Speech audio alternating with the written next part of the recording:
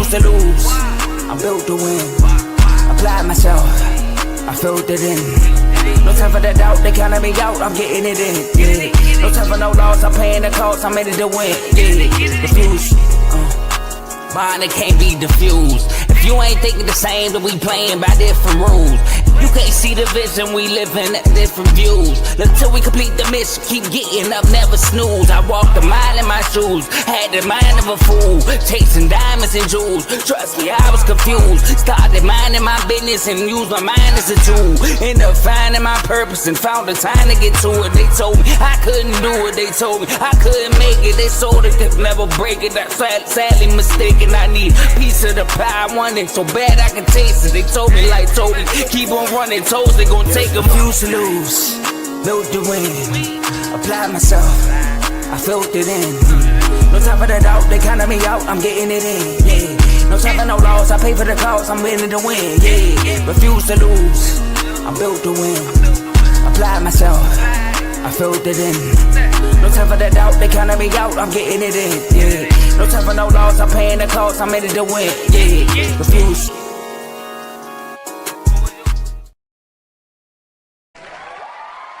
Welcome back to CTC. I'm your host, Carl, and I'm back with another episode. AJ, you good? All right, and as you can see, I'm collaborating with my guy, AJ, part of AJ's Birds, Unfazed, part of the R2L network. Obviously, as you can see, he's an Eagles fan. How you doing, my boy? I'm doing good, man. So as y'all can see, having some technical difficulties today, but we live, man. We here. We ready to get this draft thing started, man. I'm looking forward to it this year. Looking forward to this. Looking forward to the actual draft, man. I feel like we deep at a lot of positions this year, Carl. I feel like we deep at a lot of positions, man. So I'm looking forward to it, man. I'm ready to get going. Now, for those who don't know, this is actually me and AJ's third year doing this, but last year, we added one of our own guys, a part of the network as well. He's part of the community. Another Eagles fan, a guy's opinion who I trust a lot when it comes to evaluating guys and talking about skill sets. Kev, I'm gonna bring him up. If you don't pop up, I'm kicking back that stage. But we got my boy Kev in the building. What's up, boss? What's going on, fella? Kev, I don't know what's going on, but you look like you in the 50s. I don't know what's going on. I guess we in the 50s. Yeah. Back when the Eagles win the championships, you know what I mean? Hey, your word's not mine, my brother. But man, yeah, like I said, man, this is our second year doing it with Kev. This is our third year doing it. It's crazy how time flies. Kev has also been a part of our first round draft show we done. Going to be the fourth year when we do it this year. So for sure, excited to hear everybody's picks. If you got a trade, let it fly. And at the end, we're going to give one draft sleeper. Not that we think is going to get drafted in the first round, but a guy that we think could make an impact that people may or may not be talking about. So let me get to these comments, and we're going to start it off right away with the Vegas Raiders. Shout out my boy Chris, part of the flock. He said the guys, the Ravens just released some uniforms. Now, I think they clean, but I also do think they look kind of like the uniforms we already had. But shout out to whoever had the idea of that chrome black helmet with the old school logo. That was tough. And then shout out to Bella Tunes 1. Appreciate you for tuning in. Hopefully you enjoy the content. And then Chris said Kev the Junkie Ghost. If you don't know, Kev and Chris got a lot of back and forth, and AJ too, but they have a ton of going on back and forth. So, but with that being said, one thing I want to say before we start, just to create the order, I will be giving my pick first. AJ will then give his pick, and then we will end with Kev. We're not changing the order. We're just going to go with the consistent order. So shout out to that. And we're going to start. Oh, I almost messed up already because it's something new.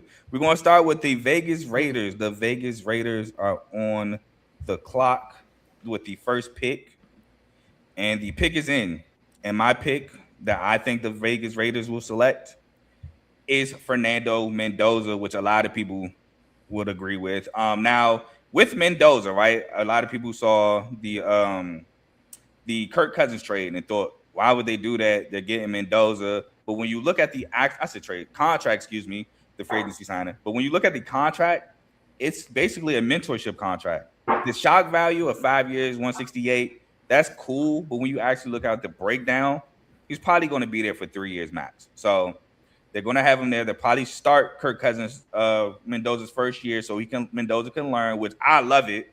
I do think that sometimes people draft quarterbacks high and they miss the developmental part of the drafting of a rookie, and it kind of can mess with them and ruin their career. So I think this was a great setup by the Raiders here, bringing in a Kirk Cousins who's a travel vet, bringing Mendoza under his wing, learning from Cousins, and then 2-3 years down the line, we're going to throw him to the fire instead of throwing him in the fire right away. Now Mendoza is a better athlete than what people can give him credit for. Now, a lot of concerns with Mendoza is when his first and second read's not there. A lot of people think he kind of panics moving, progressing through, basically through progressions. Mendoza, he does throw a really good back shoulder ball, which was tough for Miami to stop for sure in that national championship game. And he's going to have a running back. A lot of people say they had a running game at Indiana. Well, he got Ashton Genty. So good running game. Got some receivers to help him. Got Kirk Cousins to learn from. My pick is Mendoza. AJ, what is your pick for the Raiders? Yeah, man, I got the Raiders taking Jeremiah Love. No, I'm playing. I'm playing, bro. I'm playing. I got him taking Mendoza. It's probably the easiest pick of the draft. He's the best quarterback in this year's draft. A surefire starter. Maybe not day one, but maybe year. I think maybe he can come in day one and start, honestly. But I do like the idea of bringing in Kirk Cousins, a guy that can kind of mentor him and, get him going in the right direction to start, start right away. I do think, like I said, I think he could be a day one starter. I usually have questions about quarterbacks that come out of drafts like this where the quarterback class isn't the greatest. Like after him, I think you got like Ty Simpson, and that's kind of a decent little drop off as far as the draft is concerned. So I'm kind of a little when it comes to that, but he is the best quarterback available nevertheless. Good size, great arm talent, good overall body frame, accurate at all three levels, can move a little bit too, like you said, got some mobility to him. So I think he goes there number one. All right, and Kev, the pick is in. Man, everybody keep talking about Mendoza, man. I'm feeling the same way I did with Bryce Young, bro. I'm gonna go against Bryce Young made the playoffs last year, brother. I mean, I'm talking about when he was coming out of college, all right? I know. I'm feeling like everybody got this Mendoza marked as like automatic, and Tom Brady and them gonna come out there, and they gonna take Mendoza. But I do feel like I would not be surprised if they just hit the Fuju and drafted Francis McGowan. I think going with O-line probably would be – I wouldn't be surprised if they did it. 9 times out of 10, they're going to go with the young quarterback. He's the best quarterback in this draft. I just don't like the idea of being forced to take a quarterback that to number one just because he's the best quarterback in the draft. I understand this, what I'm saying, the most important position on the field, but like you're building a good team. Next year's gonna be a good quarterback draft. I don't see why not push the can down the road and just go one of these great offensive linemen that's in this draft. Build that O-line up. We saw, but like you brought up Genty. It wasn't Genty, it wasn't his talent. It was the fact that he didn't have nowhere to run to.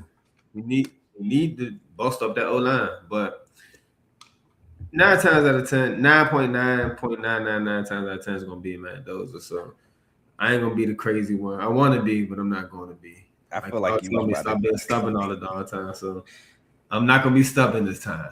I ain't going to lie. I felt like you wanted to say something like R2L Reese because R2L Reese does kind of seem like a Raiders type pick. It is, but nah, I wasn't even thinking that. I think it's O-line or you just go ahead and run Mendoza. Yeah. Respect. All right, we're going to move on to the second team on the clock, and that is the New York Jets.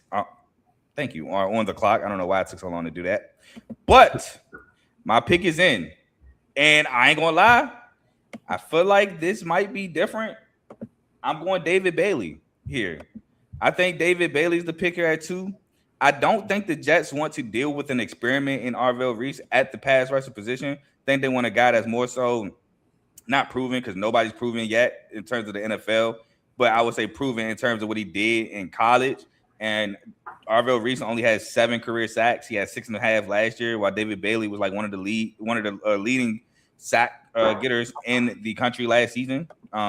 So I think they get Texas Tech's David Bailey, he's quick. He could play the run, could play the pass. He was a part of one of the best defenses in Texas Tech last season with him and Romello Height on opposite ends of each other. And I think David Bailey is the pick here for the Jets to try to help get some pressure on the quarterback, to try to finally get an interception or something for the Jets. AJ, who is your pick? Muted. You muted. I got you. I got Arvell Reese. I got him going number 2 to the Jets. And while I hear what you're saying, I still think he raw talent, but I think he could be a game wrecker. You know, I think he plays the run and the pass very well. Can play off-ball linebacker at an elite level. Very explosive player. I think it's what they need. So you got. I mean, at this position, you can go a lot of different ways, but I do think he's one of the best edge rushers / linebackers in this draft. So I think. Wouldn't say it's a no-brainer, but that's the way I would go if I was the Jets.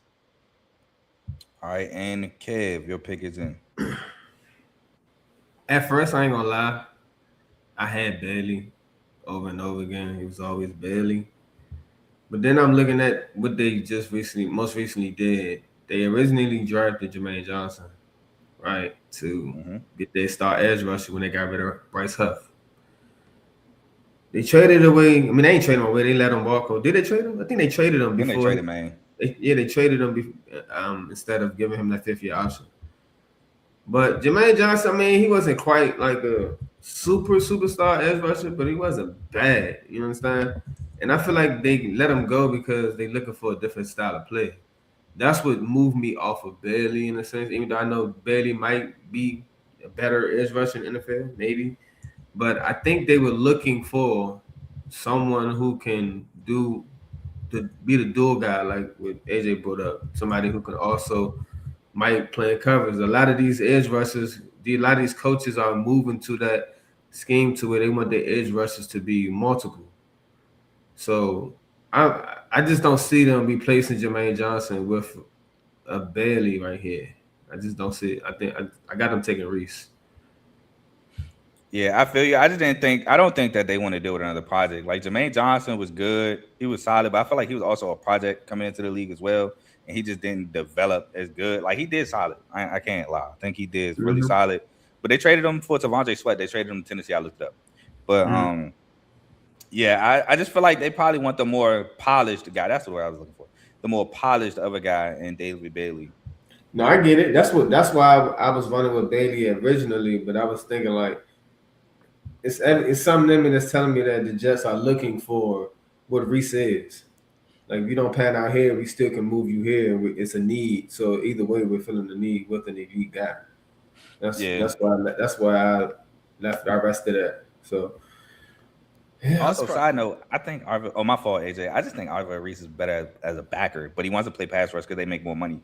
Go ahead. Yeah, of course. I get that too. Yeah. Fair.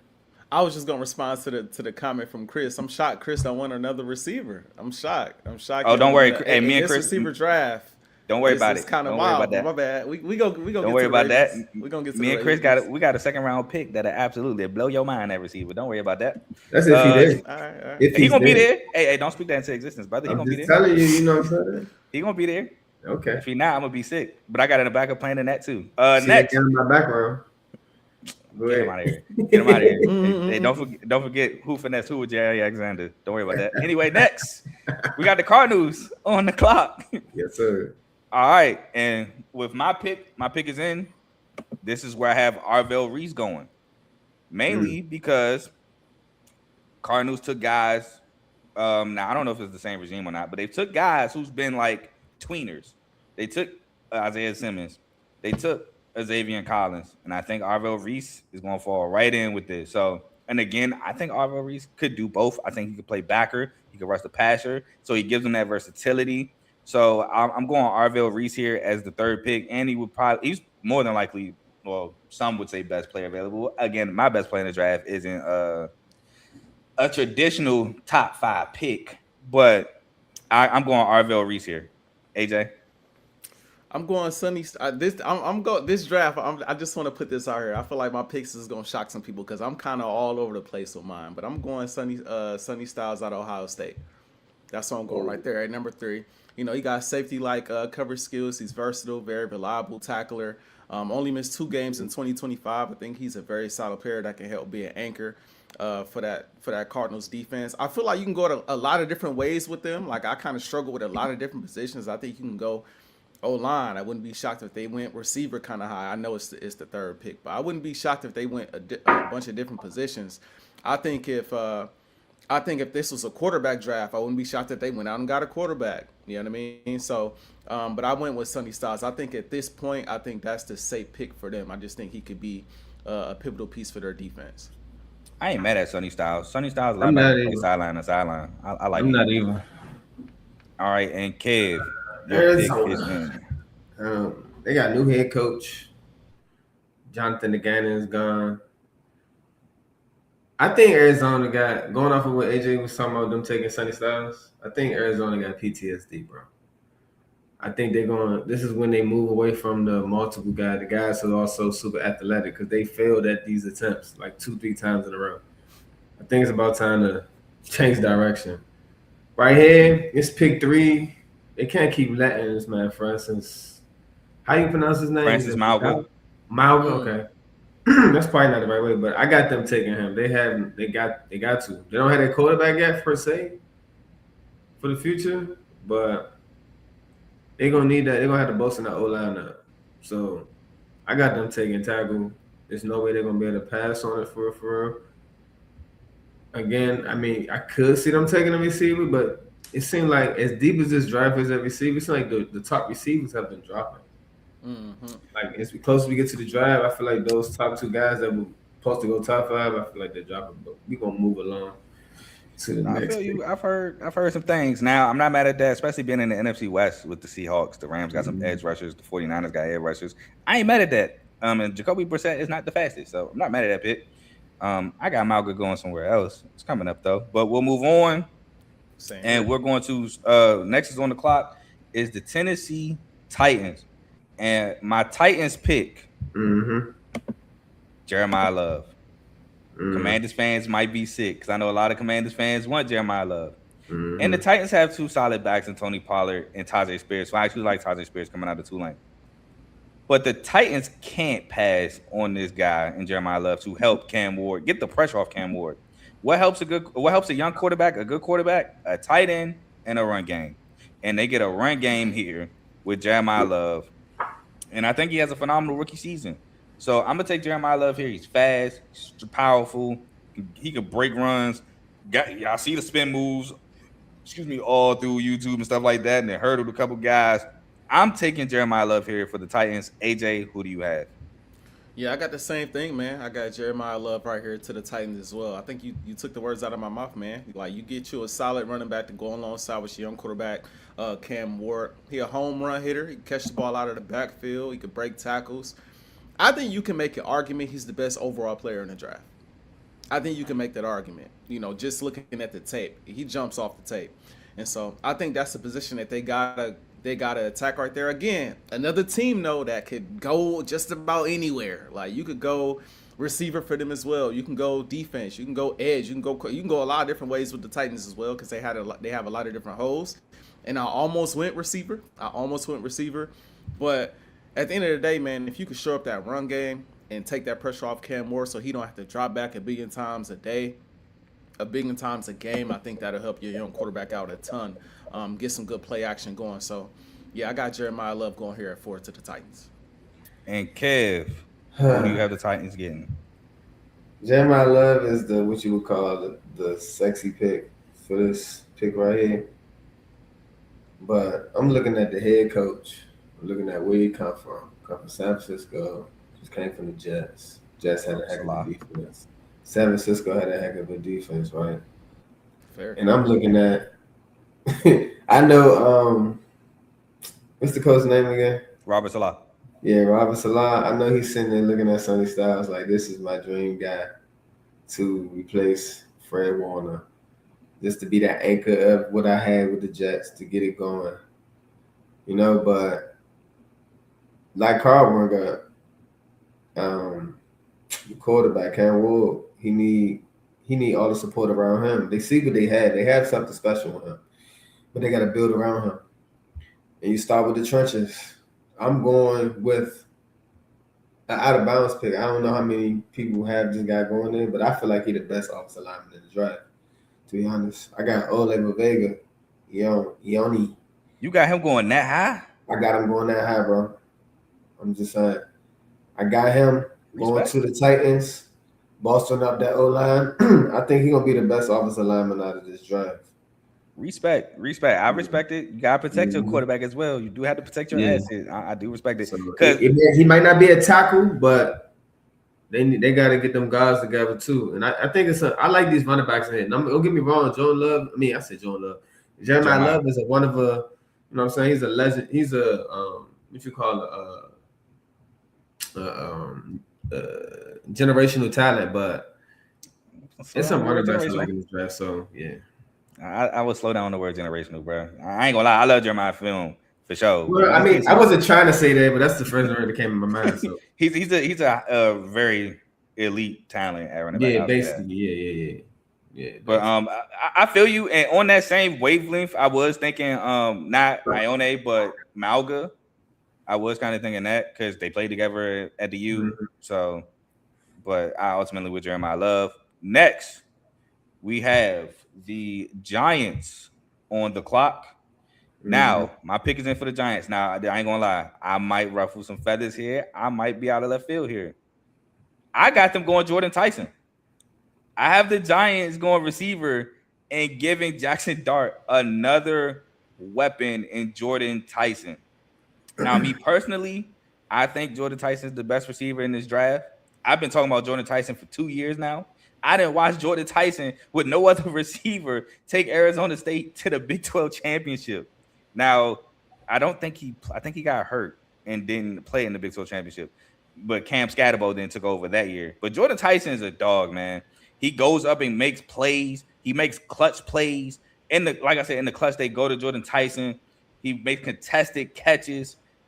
Now, some people say his route running needs to be worked on. I think his route running is fine. Separation, I think it's fine. He's a big body. But I think they get a guy to go along with Malik Neighbors. So you have Malik Neighbors, Cam Scatterbo, which him and Scatterbo played together, Scatterbo and Jordan Tyson at Arizona State. You have Jackson Dart. I think Theo Johnson is still there at tight end. I think you ramp up that offense. Now, I don't know if they go D-tackle this high with the whole Dexter Lawrence news, but yeah, I went Jordan Tyson. AJ, who do you got here at 5?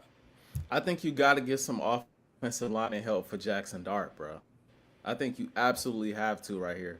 You know, we see the kind of punishment he took last year. We see all the concussions he racked up. I think Jackson Dart got crazy potential. I liked him coming out. I remember doing this show last year and being like, yo, I like Jackson Dart a lot. Like, I didn't like him more than Shador, but I liked him a lot. And so, you know, coming out, what I saw from him this year didn't surprise me. The injuries did the most. So I think you made a lot of moves this offseason to get you some help. Hopefully Malik Neighbors come back looking like Malik Neighbors. You got Likely now. Scatterboot should be coming back from injury. You're gonna want to throw the football. So I figure you go get. I think this is where, what's his name? Francis Malgu. Francis Malgu. Yep, I think this is where he goes. To the Giants. Like I said, you got to bolster up that offensive line. He got a great first step. He got great fluid body movement. He got great body control in general. I think he's one of the best offensive linemen, arguably the best offensive lineman in this draft. I think that's if he's there, I think that's a no-brainer pick for the Giants at this point in their rebuild process. Real quick, hey Chris, I wouldn't say that because, I mean, shoot, we got Zay Flowers, Hollywood Brown, and Rashad Bateman all in the first round. All right, go ahead, Kev. Your pick is in. Yeah. So, Giants. I've looked Causeway. I looked at Jeremiah Love here at first. I've looked at wide receiver, but again, wide receivers have been falling. Originally, I think I had Connell Tate going with them. But I pivoted. For one, I'm looking at new head coach. The GM is he's on his way. He should be on his way out, but somehow he still has a job. But Harbaugh was very passionate in one of his press conferences when he said, we will stop the run. That's going to be our number one thing. We're not letting nobody run the ball on us. and he looking at that division, he looking at all the athletic quarterbacks that are in that division. I mean, Dak getting up there in age, but you get what I mean. Especially in this league in general, almost everybody has a quarterback that can move. This is where Sonny Styles coming off the board for me. Okay. They're gonna run with Sonny Styles, get that anchor in the middle of that defense. Sonny Styles could be arguably the best defensive guy. I love Caleb Downs a lot, but Sonny Styles has the biggest upside, if you ask me, to be the best defensive guy coming out this draft. So I'm taking Sonny Styles. Harbaugh going defense. Respect. And Harbaugh comes from the Ravens, who is a defensive minded team. Him and Bobby Okereke will be nasty. But yeah, I definitely like that pick. We'll move on. And shout out you, Chris. I think your comment. I feel you on that. We definitely don't. Not wrong, man. But we'll move on to the Browns on the clock here. Sucks that I root for Shador because I really like Shador, but it's always, F the Browns. But I'm on the clock, and with the 6th pick, I got the Browns taking Francis Mauga here.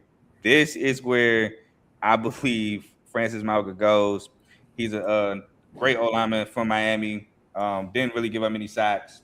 Got quick feet, strong hands, good balance. Definitely can anchor really well. And I think he gives Shador, if Shador's the starter, because it's not penciled in, he's the starter, but it's looking like it. But he gives him a lot anchor that he definitely needs that he did not have last year on either side. So I have them getting tackled here. Francis Mauga. AJ, your pick is in. This one might be a little high, but I got the Browns going with Ruben Bain Jr., edge out of Miami. I think they could use the defensive help right here. I think he'd be a nice fit. If they keep Myles Garrett, especially if they keep Myles Garrett, I think he'd be a nice fit on that defensive line. Strong dude, high motor, very solid against the run. Again, I'm going to say this about a lot of teams. Could go a lot of different positions here. Could go a lot of different positions. I'm not mad at offensive line at all. I think Shador should be the starter. I don't know what's all to talk about when it comes to Deshaun Watson. He is trash at this point. I don't know who else you would want to throw out there other than Shador. I think again, if this is a quarterback draft, they probably would have reached on one, but I don't think that's the case here. So might be a bit of a reach for them, but I'm going with Ruben Bain Jr. Definitely out of left field. I did not see that one coming at all. At all. But I will say, to me, Bain could play all 4 positions, so you don't necessarily have to be on the edge. Okay. Kev, your pick for the Browns. I'm going way left. Left. God. Browns. Here's another PTSD organization. At some point, you gotta learn. You gotta learn from your mistakes. I don't see the Browns going defense for the fact of their defense is not the problem. It hasn't been for a while, to be honest. That offense is like, all right, you see the quarterback, whatever that is, circus, carousel, whatever you want to call it. They need receivers for the could go receiving here, but I think they got 2 first-round picks. I'm gonna say that for another time, another day. But I think they go O-line. That's why I got O-line going high this drive. If you see how if you was to really pass this to my board, O-line coming up the board heavy. So a lot of guys are falling. I got them going Monroe Freeland. Okay, from Georgia. Their GM is one of Howie's guys. And a lot of those guys that come from that little Howie, I don't even want to call it a tree, but whatever you want to call it, tree, circle, they like to build through the trenches. Monroe Freeland is a freak of nature. He has high upside. I'm not sure if they have him ranked as a top 3 tackle or whatever. I think ESPN has him 2. Huh? I think ESPN has him 2. I think ESPN has him behind Mauga. Yeah. And the thing about Mauga is that Mauga, a lot of people projected him to play inside too. So yeah, that's true. So they got him moving. So that had something else to do with my pick as well earlier. But I got them going Monroe Freeland. It sucks because honestly, I would love for us to somehow get him, which I don't see it happen. Us be traded up, which is not gonna happen. So yeah, I got Monroe Freeland coming to the board right here. So yeah, I don't know why you thought O-line was left field, but not left field, but I'm just saying as far as like how my board is going, you know what I'm saying? I got a lot of offensive linemen. The names, if you look at my board and see how many names are there, Commanders fans are going to have seizures. No offense to anyone, who, you know what I'm saying, but they're gonna go crazy. That's like, and then they're gonna be. I don't know YouTube. He meant they go crazy. I don't know how YouTube feel about that one, but we just gonna say they meant that they gonna go crazy. Yeah, that's what I meant. We're gonna move on to the next pick. Speaking of the Commanders, is the Washington Commanders, and I'm on the clock. And my pick, I've been saying this since November of last year. My pick for the Commanders is Caleb Downs, safety out of Ohio State. I think they get a guy who can play in the box. He can play free safety. He did it at Bama. He also is a return guy as well. He did that at Bama. So he does have that little extra dynamic to bring that to DC. But you could put him in multiple positions on that defense. And I think Dan Quinn is going to love a guy with his versatility. So I think the Commanders go there. I think safety's kind of been a weak spot of the Commanders defense. I mean, the secondary in general hasn't been the brightest of spots for the Commanders, but I think safety has been a large part of that as well. So I got them going Caleb Downs. Like I said, I've been saying that since November. AJ, who do you have the Commanders drafting here? So, man, it wasn't fun like making picks for the rivals. I'm not gonna lie, like that was the most least exciting part of this for me, man. Making picks for the NFC East, because you try to be unbiased and you try to go with what you feel like is best for them. So I went with a position that I like in this draft, and I went with a player I like in this draft, and I'm hoping it don't work out like this, but I think it could be very solid for them. I got them going receiver, Cornell Tate, Ohio State. Tate. Okay. I got them going there. I got him going there. 6'2", great hands. He a great route runner, great football IQ. He's not super fast, not a great like yak guy, but like I've seen a lot of people comparing him to Tay Adams, and when I look at the tape, I can kind of see what they mean, bro. I can see what they mean, bro. He's not a guy that's going, be a Debo and break a bunch of tackles and run for a bunch of yards, but he's a guy, sure hands, possession receiver. I think he'd be a really good fit in their offense alongside with Scary Terry. Just somebody that can go out there and make plays at that receiver 2 position. Who else they got out there making plays outside of Terry for real? So They if I'm the Commanders, they kind of You like said what? Traylon Burks. They kind of like Traylon Burks. They put him back. stop it. I hope they feel confident, bro. I hope so. But if I'm the Commanders, I'm getting another weapon for Jaden Daniels, and I'm looking for this offense to take another step. I ain't mad at the pick. I will say this though: Cornell Tate ain't a speedster, but he still will get he's still a deep. Yeah, threat. he got deceptive. Yeah, it's like I said, it's kind of like Tay Adams in a way. Like Tay Adams still can get be down a the vertical field. threat. His route running, I think, gets him open. His route running sure. gets him open. For sure. Man, I got a pick for these guys. Go ahead, Kev. You want to All clock? right, so here we go. All right, right now on my board, I got David Bailey, Jeremiah Love, Cornell Tate, Ruben Bain, Caleb Downs, Mansard Delane. Them the top 5-6 guys, right? Got some talent up there.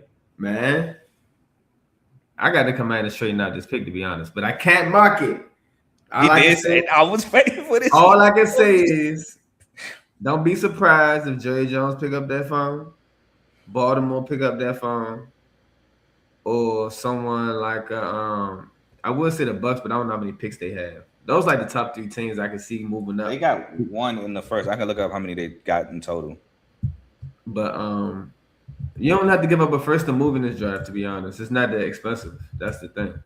But that's Top 10 though. It's swirling around in these draft rooms and around the league. It's not that expensive to move because it's not a bunch of quarterbacks. It brings down the draft value. So it won't be. You know what I'm saying the Commanders need picks anyway. They need more picks. They don't even have a second round pick, I don't think. Yeah, no, they don't. They got Bucks have 7 picks. Yeah, but they all late. No, they're mid. The top 100, I think they got like 1 or 2. They have 3 in the top 100. Okay. But I see them trading out this pick, but for this sake, because I can't go through all those hoops and bounds, I got them taking David Bailey here.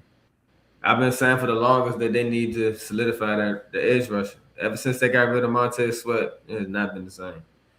They need to fill that spot. I know they picked up Owe or something like that. Odafe Owe. Yeah, from the Chiefs. Chargers. Oh yeah, okay, the Chargers. Oh, they got Charles Omenihu. That's the dude from the Chiefs. Okay, but I think they go David Bell. There's no way you're gonna let them drop any more. I know the consensus pick and everybody want them to take Jeremiah Love. That's their guy, but I got AP. You can't go with the fan favorite. You gotta go with what's gonna keep your job because he close to being on the hot seat. I think they go David Bailey here, edge rusher. See, I'm not mad at David Bailey because at 7, this is crazy value here. Mm-hmm. But they did just sign 2 DNs or edge rushers, whatever you want to call them. So how much? Huh? How much I think Adafe Owe is like 100 M's, if I'm not mistaken. A Menahue's contract, I don't know. Yeah. But I think Owe they gave like 100 over 4 or something like that. It's a rookie contract. You gonna take that? He playing Yeah, for cheap. but that's what I was thinking at 2. Mm-hmm. But And you need rotation. Downs, they're at 7 and they need secondary help. I just can't see them that. passing up on Downs. That's why honestly I got them trading out of it. It's too much talent there. They're gonna get who they want regardless. So I can't be mad at them. I think AP gonna play his cards. But I just can't mark it right now, so I don't want to go through them. You know what I'm saying? No, I feel you. No, I definitely feel what you're saying though about the trade. You don't know who's gonna trade. I don't think Baltimore making a call. We either trading back or picking at 14. I don't think we trading up. Could be. But next, Philly might make that put in that doo. Nah, we ain't trading. I think back. y'all trading back. If y'all do anything, y'all trading I back. got us trading back if we gonna talk about it when it, but ain't no way, bro. If the player available that I have on my mock is there, we better not. That's all I'm gonna say. We better. I don't think y'all trade out the first round. I think y'all trade back. Yeah, because I think it's gonna be some guys falling. Well, I think if anything, y'all trade back, stay in the first round, probably get like an extra second round pick or something, or maybe a next year draft pick, if anything. But Saints are currently on the clock, and my pick is in. And both of these guys, I think, took off their boards. My pick for the Saints. I'm doing the same thing AJ did. I'm pairing one Ohio State receiver with another. I got the Saints taking Carnell Tate here to help their rookie quarterback Tyler Shuck, and I pair him with Chris Olave. I think this is a great pairing. I think Carnell Tate, again, AJ explained a lot, being the deep threat. You got Jawan Johnson, who to me is kind of an underrated tight end for the Saints. You bring in Travis Etienne, or sorry if I mispronounce it, Travis, because I'm so used to saying Etienne, but Travis Etienne. You got Alvin Kamara still, who wants to be there. I think he'll probably be a third down receiving back for the Saints. And you just add another weapon to Tyler Shuck, who has a nice arm. Proved me wrong. I've been on record saying, hey, man, Tyler Shuck proved me wrong his rookie year. I was daggone there ready to vote him rookie of the year. Can't lie. But ultimately I didn't. But I think this is a great pickup for the Saints here with Carnell Tate. I will say another route I was kind of going with this, with them losing Demario Davis. I was kind of thinking Sonny Styles here, but I ultimately went Carnell Tate. AJ, who do you have for the Saints? Yeah, I actually love that pick for them. I do like kind of went back and forth on it because I can see them boys going on offense. We know Kellen Moore. He love him some offense. He love weapons. So not mad at that at all. But I had David Bailey falling right here, and I feel like if he fall right here, he got to go right here. I feel like he got to go right here. I mean, he got him forever. What'd you say, Carl? I said I got him dropping. This is crazy. Yeah. I mean, arguably the best edge rusher in the draft. Debatably, you can make that argument. A guy that's hard to stay in front of, very elusive, very quick, plays very instinctive, a true natural at the position. And like I said, I think if he's there, which is kind of, you're right, it is kind of crazy, but just the way my board fell, Nah, I got you. You know what I mean? If he's there, I think he's a hard guy to pass up on at 8. The value there is crazy. So I got the Saints picking up a true game changer in David Bailey. Yeah, and then plus, like you said, you got Carnell Tate gone, so you got him at the Commanders right before, so definitely like that. Hey, shout out Vocal Vike, man. I'm gonna try to do your Vikings well, you know. Try to warn y'all about JJ McCarthy a couple years ago, but appreciate you for tuning in, my boy. Hopefully you subscribe to both channels, mine and AJ's, and we're gonna move on to Kev being on the clock. Kev, who's your pick for the Saints? Man. Options. Man. Right here. Tough. I still got a lot. I'm about to say you still got a lot on the board. I still got Jeremiah Love on my board. Yep. Really? I would love to see that, to be honest. You know, you got Kellen Moore over there. And then I got Marcel Delane too. Still on mine too. I think it's still on everybody's board right now. I think this is where he can go. To be honest, like if I had to choose, like really choose, I probably would say Monster Delane. I feel like it would make the most sense for real. But I got Cornell Tate too. I'm rocking with Cornell. Can't hold you. I can't see Kellen Moore passing up having that tandem going with him and Olave. Man. Yeah, with Shaw. We gotta rock out with Shaw for one more year and see how it goes. You know what I'm saying? So yeah, I got Cornell Tate. Ain't too much to say about it, to be honest. I mean, I would love to take the Jeremiah Love pick right here, but that receiver, it's kind of like you can't pick up running back over receiver when you got the chance of seeing that tandem. Nah, yeah. As Kellen Moore being the former quarterback, yeah, it's definitely gonna be Tate. You got Jeremiah Love dropping something crazy, Kev. I can't hold you. Super far. I'm kind of shocked. Me too. But with that being said, we're gonna move on from the Saints to the Chiefs. Now, Chiefs may be without Pat for quite some time. I don't think he's gonna be out for the whole season. I think if the Chiefs are doing decent or have a chance to make the playoffs, he'll come back. But that being said, though, my pick is in for the Chiefs. And it's funny that Kev said Mansour Delane, because that's my pick. My pick here is Mansour Delane going to the Chiefs. The Chiefs lost Justin Watson and Trent McDuffie both to the Rams, traded McDuffie to the Rams and lost Watson in free agency. You get a really, really good man corner and Mansour Delane, who to me was kind of underrated at Virginia Tech, but then transferred to LSU and then just jumped off the screen at LSU. Really good press man corner. Really good hips. I think he has a really good nose for the football. You just don't throw at him that much, so it doesn't really jump off the screen. But I love Mansour Delaney here to the Chiefs to help get you another lockdown corner that they probably won't pay after his 4 years is up and move somewhere else. AJ, who do you have the Chiefs getting here at pick 9? I got the same thing, Carl. I got Delane right here going cornerback out of LSU. And you kind of took the words out of my mouth. They lost her two high-end corners already, so they're out of the building, and you got to fill that position. You got to fill that void. He's one of my favorite players in this draft.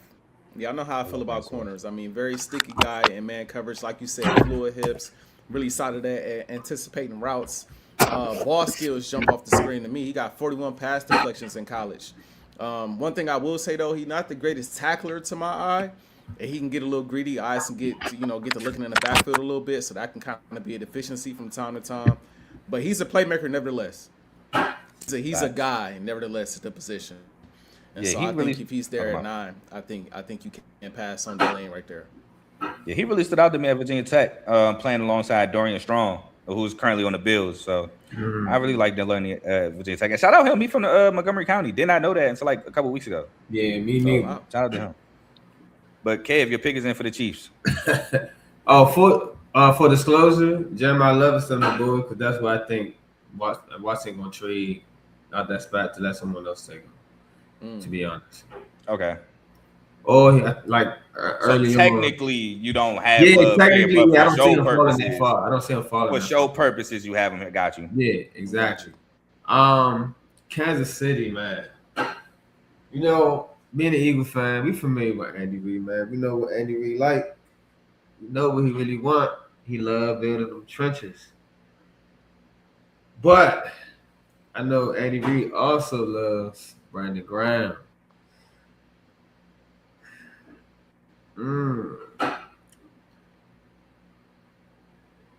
But I got them taking Mansour Delane as well.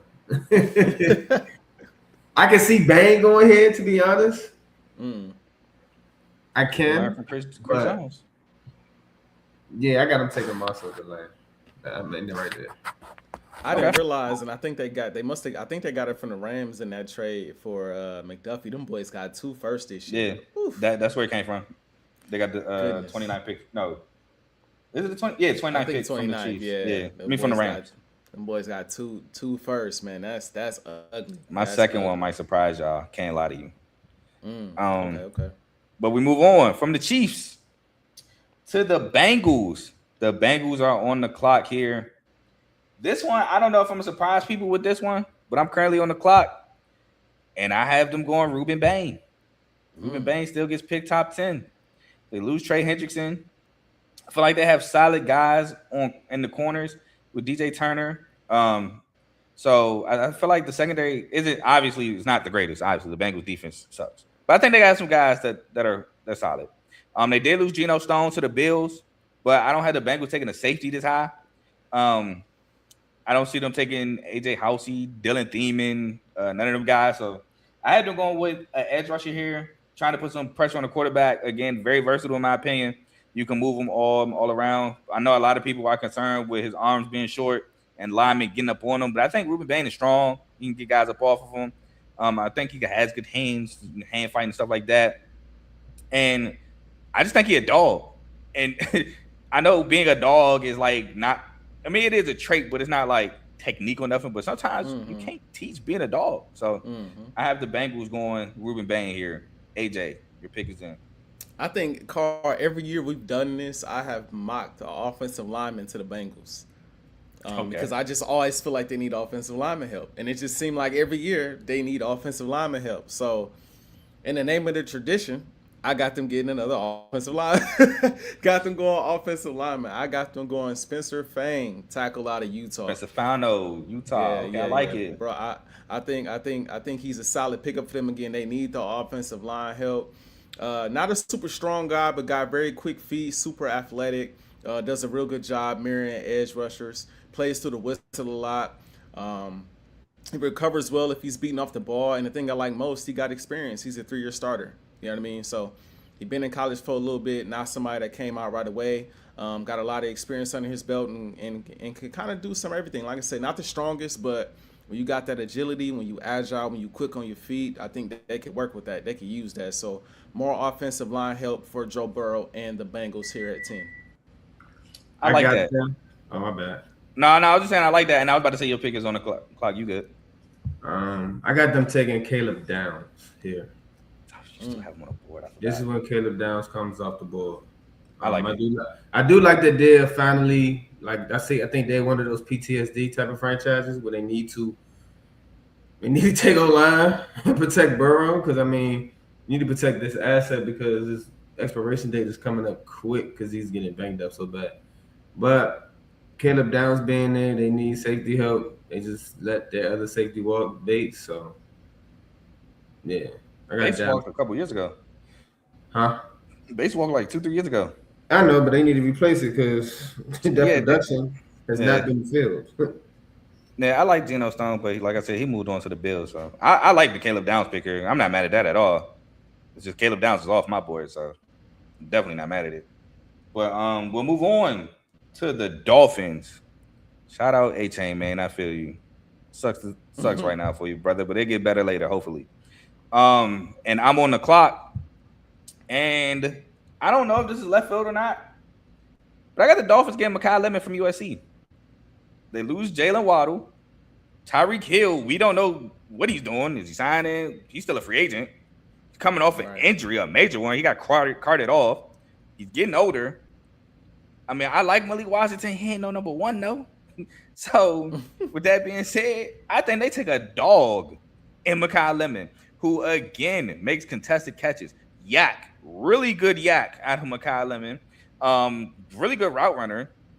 I think he's a real complete receiver. So, I think that you get him. You got A-Chain with the speed. You got Malik Willis, a guy who's promising. So I think you got to get your receiver number one, and you take Mekhi Lemon here. AJ, who do you have? Yeah, man, I think they got to get help at that receiver spot. I mean, you go and get Willis, right, and you don't really have anybody to throw the football to. You know, you already mentioned the guys that they left and let go. You know, Reek Hill, I don't think he's re-signing, right? So, yeah, I agree. I got Lemon going right here. I got him going right here to the Dolphins. And I think, for me personally, it's a toss-up between him and Tate as, like, my personal favorite receiver coming out of this draft. I kind of lean towards Lemon, though. Like, bro, again, another guy that jumps off the screen. Great at creating separation, great hands, smooth route running. He attacks the football, a trait I really love in a receiver. Don't let it just fall in your lap. Go and get it. Go and get it. He's a guy that's going to go get the football. And again, you said it best. He's great after the catch. He kind of looks like the bro from the Rams to me. Puka Nacua from time to time. To me, at Okay. least. I don't know if it's the hair. It might be the hair. It might be the hair, bro. But to me, he remind me of Puka when it comes to just attacking the football, getting those yards after the catch. He's a playmaker and a dynamic guy that you could bring on a rookie contract to play alongside with Willis and have like a nice little 1-2 punch there between the two. So I got them getting Lemon right there at 11. All right. So we both agree with Lemon. Lemon. Okay, Mhm. Kev, your pick is in. What do you have? I got Jordan Tyson going off the board right here. See, I love that. I love it, but he already gone on mine, but I love it. Yes, sir. Jordan Tyson to the Dolphins. I love it. I love that pick. That's all I got to say about it. I feel you. Next, we have the Cowboys on the clock. Shout out my boy Tomo. I told him, I gave him a little spoiler alert. Sonny Styles was gonna be here for me. Wow. My pick is in. And now I will say this. I have Sonny Styles written down on my paper. Then I thought about it. And I crossed it out. I have them going Jamal McCoy, cornerback out of Tennessee. I think this is Will Johnson. I think this is Will Johnson all over again, man. A guy. Go ahead, Kev. Now I'm about to say we here, but just stay tuned. A guy who was really good before he got hurt. Now, people may have some injury concerns, but we seen the rookie season Will Johnson just had come off of ACL. It was really good. Really good at the cornerback's position. So I think Jamal McCoy, man-to-man corner, Cowboys definitely need help at the cornerback position. Defense was not good. Offense was spectacular, but the defense was so bad. Offense had to win shootouts. I have them going cornerback here and getting Jamal McCoy from Tennessee. Really nice man-to-man corner. Definitely should help Shoddy and that Cowboys team out. AJ, I'm assuming you have the same. Yeah, man. Like I said, I don't know how this happened, but we here right now, Carl, man. I got them going McCoy. You can make the argument the best DB in it, well, the best corner. I ain't gonna say defensive back, but best corner in the draft. You know, like you said, before the injury, he was a dominant player. I know a lot of times the injuries, teams kind of be a little, should I get this guy? Should I not? We don't want to deal with the injury concerns, but he's a baller. Great football IQ, sticky in man-to-man coverage. 6 foot, 193 pounds, very physical, especially with bigger receivers. That could kind of get him in trouble a little bit. You could maybe have a few penalties in the NFL, but I'd rather have a physical corner than a finesse corner these days. I'd rather have a guy that's in your chest, getting those PBUs and things of that nature, making it tough on receivers, making the referee have to make a tough decision. And so you said it best, man. They need cornerback help. They need secondary help. They need all types of defensive help, in all honesty. So it's good for them that they got 2 firsts. So we're going another direction with their second first-round pick. But, yeah, I got them going McCoy here with the 12th overall pick. Man. Pick is in, kid.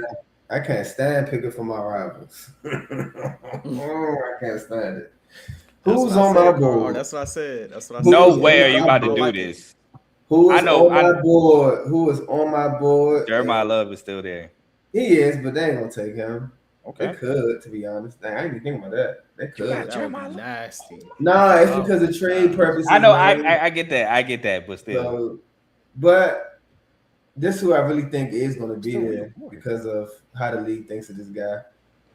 He might go as high as he might go to the Saints. He might go to Chiefs. But this is where Ruben Bain comes off the board and goes to Dallas, bro. BG Jr. is going to be in Dallas. Wreaking havoc. Okay, Seeking whom he may devour. I like Ruben Bain there. Yeah, Ruben Bain, man. Rashawn Gary, Ruben Bain, Quentin Williams. Yeah. Who else they get last year? Oh, Kenny Clark. Yeah, man. I gotta be honest here, I would love to sabotage it. But ever since Jerry Jones made that daggone that biopic, whatever you want to call it, it seems like he's like he's been in a different headspace. It's like he got a glimpse of the past, and he hasn't been doing it's Jerry Jones type of moves. He's been like he's like a newborn man. I'm not gonna lie. So They still losing the same way, but I guess I mean, yeah, but he tried his he's best. going about it different now. He's going about it different, you know. He's taking a different approach. So I got Ruben Bang going off the bull here though. All right. And with that being said, we're gonna move on to the LA Rams. And my pick is in for the Rams. This is where Sonny Styles finally comes off the board for me. I have the Rams getting a bona fide linebacker, something that they've been complaining about, and Sonny Styles from Ohio State, a guy that could play sideline to sideline. Think he's pretty solid in coverage. I mean, I think he needs some work in coverage, but I don't think he's like completely off for coverage, excuse me. But he has a nose for the football. And I think the Rams need a land shark like that who has a nose for the football, can get off the block and make a play. So I have them getting Sonny Styles here. I mean, they already bolstered the cornerbacks position, like I said, with McDuffie and with Julian Watson. I love Cam Kitchens at the safety spot. So they have a solid D line for sure. And I like Nate Landman. But Sonny Styles, man, just brings speed to that defense that I know the Rams would love. Now, I hear some people saying Kenyon Sadiq to the Rams. Doesn't make sense to me when you just drafted a guy that was literally starting in front of him last season. Not last college season, but last draft, and Terrence Ferguson.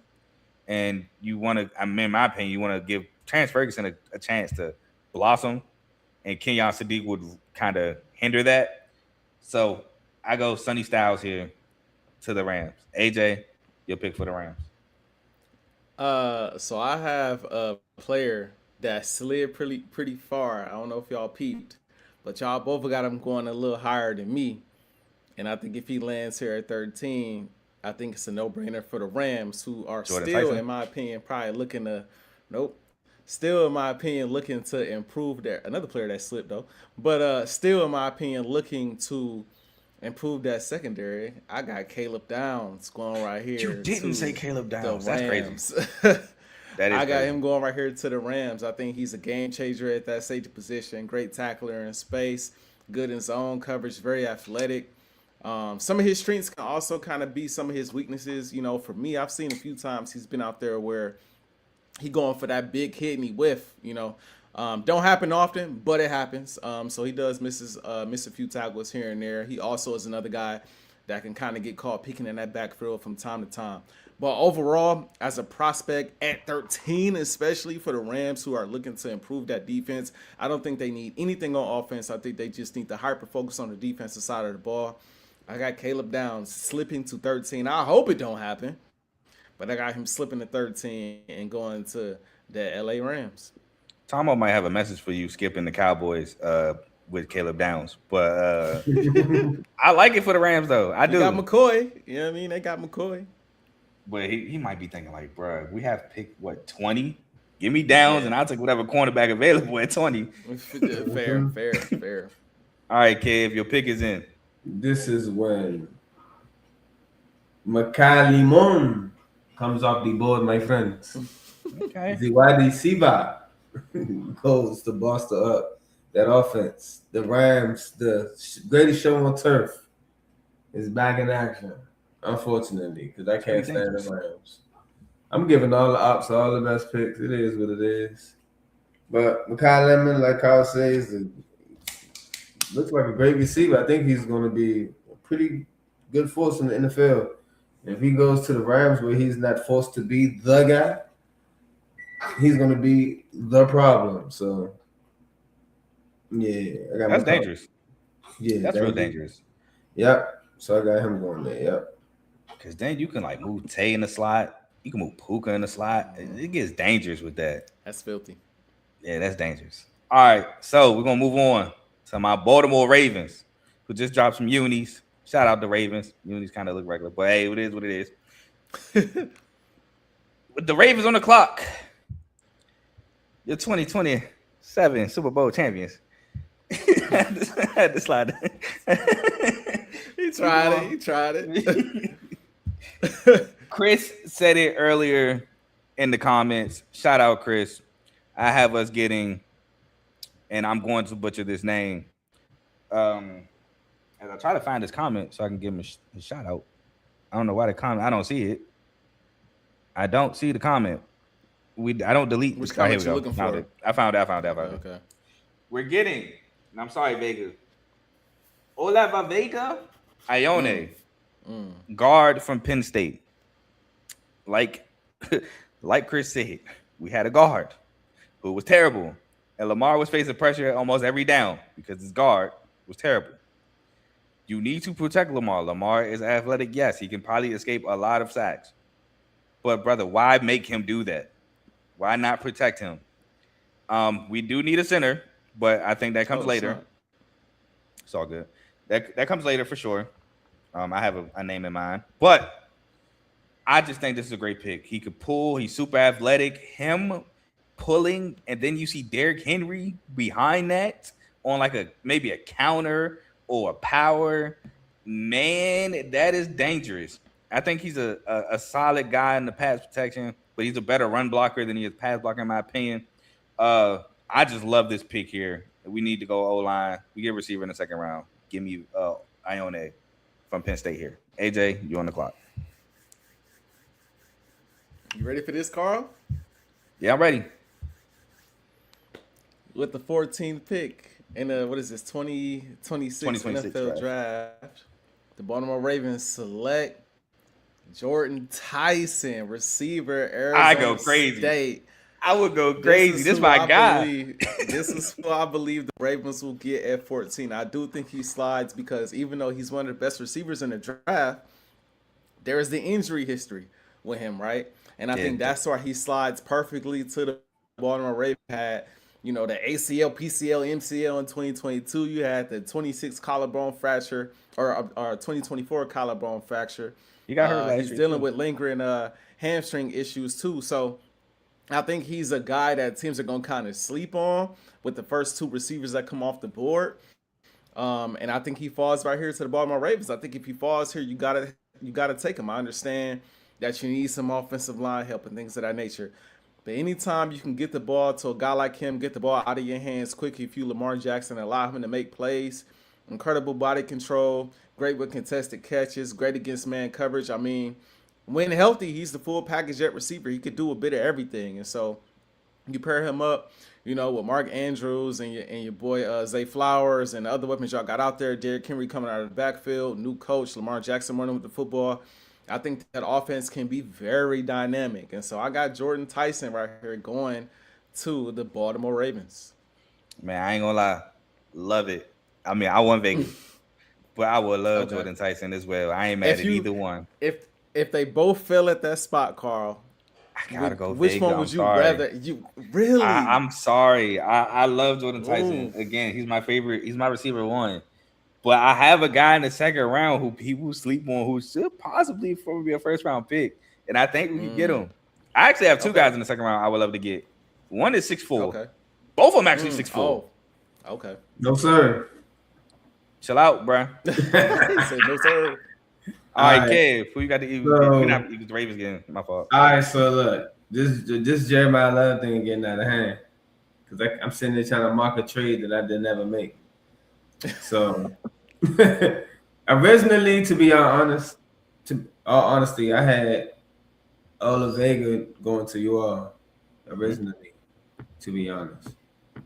But I did with the Titans. That's why I originally had them at. So what I'm going to do is I'm going to make a revision and give the Titans Jeremiah Love. I'm going to take Ola Vega and slide him to the Baltimore Ravens. Respect. Because that's where I see him going off the board at next, to be honest. There's not too many more people that need a guard as much as you all do. And the only thing I think of is hearing Chris' voice and saying, number 77. And I'm a bleep, bleep, bleep, bleep. Everything else out, but you see him isolated and doing something crazy every time. I've not seen that many bloopers on one guy in the NFL in my life other than Mark Sanchez. And Andrew Alejandro Villanueva when he was with us too. That was bad. Man, we used to have him too. Matter of fact, he was an undrafted free agent for the Eagles. We brought him into the league. Then the Steelers had him looking sweet, and then we had him for 1 year. Yeah, we did turn into some of the Steelers up, but.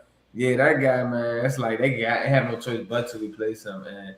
It's either going to be Oliver Vega or it's going to be Boynitis. I think he got a chance to go on, but I'm going to hold off. Hold on, you talking about bro from Texas A&M, Chase Boscottis? Yeah. Interesting. Yeah. But we're gonna get to that one. But I'm gonna go ahead and make that revision because again, Jeremiah Love gonna keep falling because I'm not gonna be able to find somebody to take him at this point. So I mean, all you did was swap picks, so it's fine. Yeah. Everything else stays in the line. Mm-hmm. All right, so next we move on from the Ravens to the Tampa Bay Buccaneers.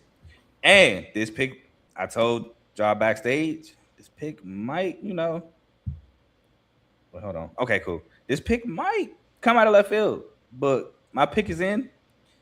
And with the 15th pick, I have the Tampa Bay Buccaneers selecting Kenyon Sadiq, tight end out of Oregon. Now, here's why. First of all, super receiver threat at tight end, which I don't think the Bucs really have. K. Dotton, solid out of Washington. But for some reason, he just doesn't get it done for them. Devin Cope, another receiving tight end, doesn't get it done. But I think those are two solid run blockers as well. You get a guy who, to me, is the best tight end prospect since Kyle Pitts. So super athletic tight end, really good hands, make plays. I think they get him here, and he's going to be a security blanket for Baker. They lost Mike Evans, so why not get a tight end threat who is super, super athletic? AJ, your pick is in. Again, okay, cool. We got the same pick, man. I got Sadiq right here, tight end out of Oregon, going to the Tampa Bay Buccaneers. This man runs a 4.39 40. That boy, athletic monster. Great vertical threat, great after the catch, can play all over the field. I just think he's the perfect piece for the Buccaneers. I think he could be a game changer for those guys in their passing offense. I just think it's the perfect fit. I don't even think that's a left field pick. I think that pick literally falls in their lap, given the teams that pick above them and the teams that pick after them. I think they're in the best position to go and get a guy like that, unless you go down to, maybe you get to, maybe the Panthers or maybe Philly if they're looking to move on from Goddard. But I don't think teams above them will reach at a tight end. So I think it's the perfect spot for them to go and get Sadiq. I agree. Kev? Clean sweep. I don't see. Most of their needs this draft is so deep at it, and I don't see them going and getting my guy from Miami from the U. You know what I'm saying? Getting the edge because a lot of people talk about his age and a lot of other things going on with him. Which I think Messador? Yeah, Messador. Kendrick Falk, I don't see them going after him either right now. So, yeah, Kenyon Sadiq, they can't pass on him. Again, they got to replace the wide receiver. All the receivers off the board, but Baker Mayfield loves his tight ends. And you give Baker a tight end like that, what? Yeah. It's no brainer. Like, it's nothing to talk about. That is all right. So, clean sweep. Didn't expect that, but we'll move on from the Bucs to the Jets' second first-round pick. And I will say this. For as bad as the Jets have been, the Jets kind of don't miss on first-round picks. Like, they actually been kind of hitting for real. And my pick is in. And I have them going Avion Terrell, cornerback out of Clemson. Another guy who I think is another sticky man corner. I think he's a top 5 corner in this draft. Now, I do think that he can be a guy as well that can have problems looking in that backfield. Even though I don't think he's like the greatest tackler, so I don't know why he does that. But I love Avion Terrell. I think he kind of had a slip-up of a season last year, but that doesn't really take away from how good of a corner he is. AJ Terrell's brother, for those who don't know. I love it here. A guy who can get picks for the Jets who severely need them. And why not? You lost Sauce in the trade to the Colts. You get a DN on my block with David Bailey, and now you get a guy that can possibly be a ball hawk for you in Avion Terrell. AJ, pick is in for the Jets. Who do you have? So I'm looking at my notes, and I realized I made a bit of a mistake with this pick. So I'm going to do a swap here, and when I get to the team that I'm swapping with this, then I'll talk about it when I get there. So for the Jets at 16, I'm going to go safety out of Oregon. I'm going to go Dylan. What is his name? Dylan Thielman. Thielman. There you go. I'm going to go Dylan Thielman. Like I said, I think they need another safety. I know they just got what's his name? Fitzpatrick, I think. Minka Fitzpatrick. Minka Fitzpatrick for the Dolphins, but I think he's on his way out the door as well. So I think you need another guy that can come in, play alongside him, a guy that he can kind of mentor to be the next great safety for your football team. He's got elite hands, good ball skills for the position, 8 picks and 306 tackles in 3 seasons. Great work ethic. Just solid at making plays downhill behind the line of scrimmage. He jumps off the screen. So I had him going to another team, then I realized I kind of messed up because I had the Jets taking the same position earlier, so I had to flip that around last minute. So I got the Jets going Dylan right there instead of the other player that I'm gonna have to bring back to the other team that I got later on. So yeah, give me Dylan for the Jets. If you in the college football chat, you know I love me some Dylan Thielman. I actually had him being defensive player of the year in the Big Ten over Caleb Downs, but I was wrong. Obviously, I was obviously wrong. But he had like 100-something tackles at Purdue his sophomore year. He's a baller. And shout out to you, Copyright Hoodie. You know what? If you're gonna make an edit for somebody, make an edit for Devontae Smith. He deserves one. Next, oh yeah, that's fly. Kid. I got them taking Spencer Fano. Them Jets. They need to boss up that O-line. No matter. Got to take the next best offensive lineman on the board. They can't. I got them taking Reese at the first pick. So you got to go O-line on this one. They can't pass on the O-line. I do like corner here. I'm not going to lie. I still got McCoy on my board. But I feel like injuries is going to let McCoy slide. I feel like a lot of teams, with those injuries, it takes like those GMs that have the space and leeway to take a chance on guys like that, in a sense, as far as like the injuries and stuff like that. There's only a few teams that can do that, and Jets aren't one of them. So, give me Fano. All right, respect. So we're gonna move on to the Detroit Lions. Down year, just like my Ravens. Funny, the Ravens and the Lions kind of had like the same like endings the last 3 years. And if for those who don't know, I'm a Ravens fan. My mom is a Lions fan, so I just thought that was kind of a coincidence. But my pick is in for the Lions as I try to bring this up. And I actually have them going tackle here. I have them going Caden Proctor from Alabama. Now, Caden Proctor, for surely a project, 100%. But I think Dan Campbell would turn Caden Proctor up in terms of his mindset. Like, I think he will make Caden Proctor get that dog in him. He will pull it out of him, I should say. Now, Caden Proctor, he got some things he needs to work on. He has high upside, great measurables, but he needs to develop. I feel like Caden Proctor at times is a little slow with his feet. I think he has strong hands, but I think footwork could be developed. But I think this is where the Lions go, because you got to protect Jared Goff. He's a pocket passer. He's not going to be making plays outside the pocket, so they go tackle here. And I think he'll learn from Penei Sewell, one of the best tackles in the league. AJ, who do you have for the Lions? Not mad at that pick. I think you could definitely go offensive line. I went to the defensive side of the ball. I went CJ Allen out of Georgia. I think that's a solid pick for them. Great at shedding blocks, great at diagnosing plays, and timing his blitzes through the A and B gaps. I think he's a plug-and-play starter caliber player. So I got them going there with the 17th pick. Yes, I like CJ Allen. I don't know if the Lions get him. I know they lost Anzalone, but I like Malcolm Rodriguez and Jack Campbell. Malcolm Rodriguez, if y'all remember, was like the 6th-round pick that ended up being the starter before Jack Campbell got there.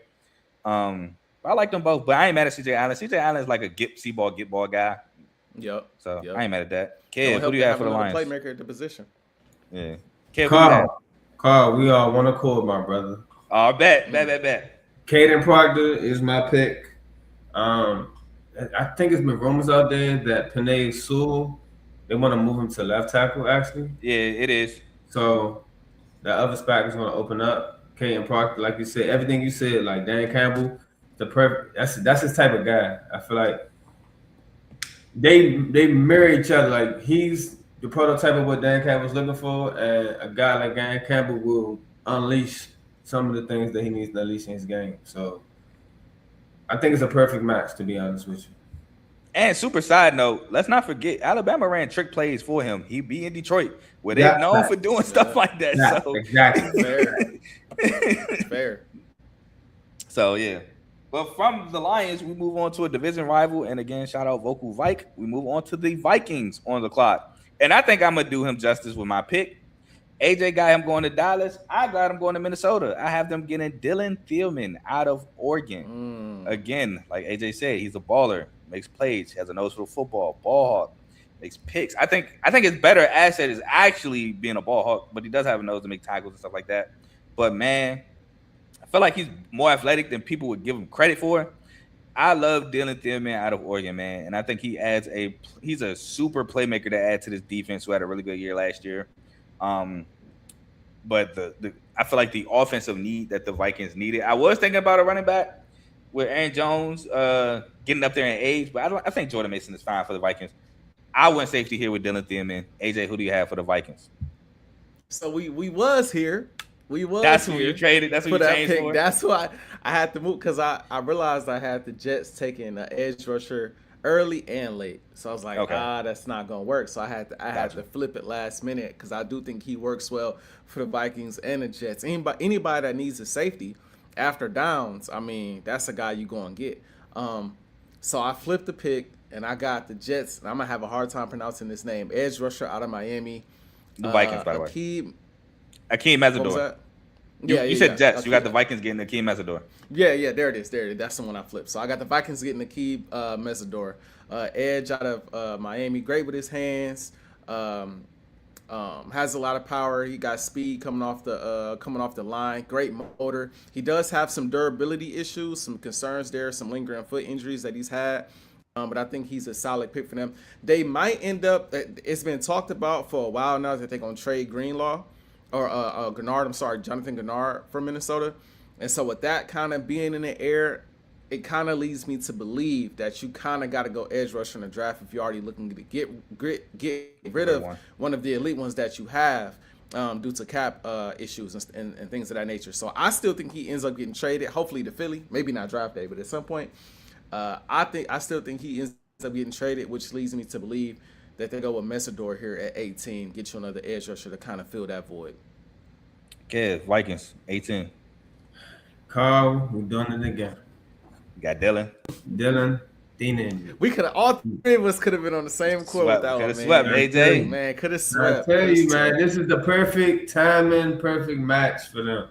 With Harrison Smith retiring, who's been there forever, and I forgot he was even there that long. Man, he was there for a minute. Perfect timing for a guy like this of this caliber to be on the board right now. This is like the Justin Jefferson of safeties, if you ask me. Like right now, him being there at 18. I think they took Jefferson at 18 too. It's the same pick, ain't it? I'm confused. You hold on, not to cut you off. You said this is the Jettas of safeties. Is that a compliment or is that like that's a compliment? We how you feel about Jettas? No, with Kev, you don't know. I don't know if that's a compliment. I'm not throwing no shit. I've been apologized about the Jettas thing, man. Okay. I'm just checking. We're still number 2 though. We ain't number 1. I mean, Jettas ain't go. I don't even know. Was Jettas a top 5 pick receiver? No, he was like number 18. No. Yeah. No, I'm talking about in his group. Did he go 5 or 6? He went like 4. Because Rager got picked before him. CD got picked before him. Don't remind me. It was other guys that got picked in front of him. It was. Yeah. I can't remember though. I think it was like 5 or 6 guys. But I'm just saying, as far as a title like this being this far down the board, but Jefferson was more of a sleeper. People weren't really all the way hip for, but yeah, this guy, man, he's just. I wish Philly could get him. I ain't gonna hold you. I would love to see him and Coop on the field together. You wouldn't, but I would. But this is a no-brainer. All right, cool. So would have been a clean sweep, but we had some notes, some little mix-ups, but it's all gravy. We're gonna move on to the Carolina Panthers, and my pick is in for the Panthers. Bryce Young, shout out to him. He made the playoffs, but like I said on the R2L Show. Still had 11 picks. Like, it wasn't a great season. Like, it was cool. It was better than we expected. He still had 11 picks. Got to change that. But I think the Panthers go Spencer Fanu, tackle out of Utah, who actually won the I think he won the Remington or something like that. But he's also a guy that's in talks to move in the guard, so he has position versatility. But Spencer Final, like AJ said, great footwork, mirrors defenders. When he got his hands on you, really good. He got a little athleticism to him. Strong hands. Could work on his strength, but he has a strong punch. But I love this pick here for the Panthers to help bolster that O-line, to help protect Bryce Young, give him a little bit of time. And I like the versatility here. AJ, who do you have for the Panthers? I'm not muted. Okay, making sure. So this one gonna make you mad because you had this pick going to your Baltimore Ravens. Oh, But I got what is it? Vega. I can't pronounce it. I know they call him Vega though. Oliver Guard Vega from Penn Ione. Yep. There you go. From Penn State. So obviously super big guy, anchor in the offensive line, great in pass protection, great at recognizing twists and stunts and things of that nature, picking up defenders as they blitz and things of that nature. When I look at the Panthers, I think that the Panthers, oddly enough, could have made some noise in the playoffs last year if they just gave your boy Kev, I'm blanking on his name right now. Bryce Young? If they gave him, yeah, Bryce Young, if they gave him a little time, he was constantly, I don't know how he was able to make as many plays as he did because he was constantly under pressure. But hey, Bryce Young he's showing us something. He's showing us something. It's a gradual build with him right now. And I think if you bolster up that offensive line, you got some young receivers out there, you got some young playmakers on defense. I think that helps the Panthers get to another level and really be a threat to take their division. So I got Vega going here to the Panthers. And I think that division is wide open, so I like it. Yes. Kev, pick for the Man, Panthers. this is the spot where if Lions was to go a different way, this is where Caden Proctor, I think he doesn't get past the Panthers, to be honest with you. But Caden Proctor's off my board. I think this is where a mini run on safety goes. And Emmanuel McNeil-Warren comes off the board and goes to play with our boy. JC. Yes. My boy. That secondary is going to be nice. But, Emmanuel McNeil-Warren, I got him going to the Panthers. Looking at my board and what I got left, they could go Jerry McCoy, but again, they don't have the leeway, I don't think, to take that chance on him. So, yeah. Yeah, I like JC and Mike Jack, so I don't think they go Jamal McCoy either. Emmanuel McNeil-Warren, though, I don't know. I mean, he's a good tackler, and he has a nose for football, but like in terms of C-ball and getting it. But I don't know. I feel like the hype off of Quinion is going to bolster his stock. I don't know though, bro. 19, that's kind of high. That's not. I think he's definitely a first round talent. I wouldn't be mad if Philly got him either, to be honest. I might be controversial in me saying this, but I like AJ Housey over Emmanuel McNeil-Warren. I mean, I was controversial over Nick Amore over Malachi Starks, and look how that turned out. But yeah. But I mean, I like McNeil. I like his tape. I think dude. I think he's gonna transition well to the league. Yeah, I ain't mad at the player. I don't know. I think 19 kind of high, but we'll move forward. And moving on from the Panthers, we're going back to them boys at 20. I had the Cowboys getting the cornerback at 12 with Jamal McCoy, and at 20, I got him going edge rusher and getting Keldrick Falk out of Auburn. Keldrick Falk, guy that plays the run and pass very well in my opinion. Now, for some reason, and I could be wrong, but if my memory could be wrong, but I feel like Auburn really wasn't in his last year, wasn't really using him as much as years prior. I could be wrong. Like I said, my memory could serve me wrong there, but I love Keldrick Falk. Keldrick Falk plays the game with a nasty aggression, pass rusher, get to the quarterback, and play the run. Like I said, he does both very well. And I think he'll bring a demeanor to this Cowboys defense. So give me Keldrick Falk here to the Cowboys. AJ, Cowboys at 20. I just want to say before I mention the Cowboys, I am going to say this about Philadelphia really quick. The way all of our draft boards are falling, the player that I want them to get will undeniably be there. And if he is there, I can't wait to get to it because I definitely want to talk about it. But if he is there, it's a move you make. I don't care what nobody say. But back to them boys. I'm with you. I got the same. I got the same pick for the Dallas Cowboys right here at number 20. Like I said, they gotta go heavy defense. Given what we saw last year. Obviously, they let go of Parsons. You tried to go and make a trade for Max Crosby. Obviously, that didn't work out, right? And now you don't want Max Crosby anymore. I think they got what is it, Rashawn Gary now from Rashawn Gary from the Green Green Bay Bay. Packers.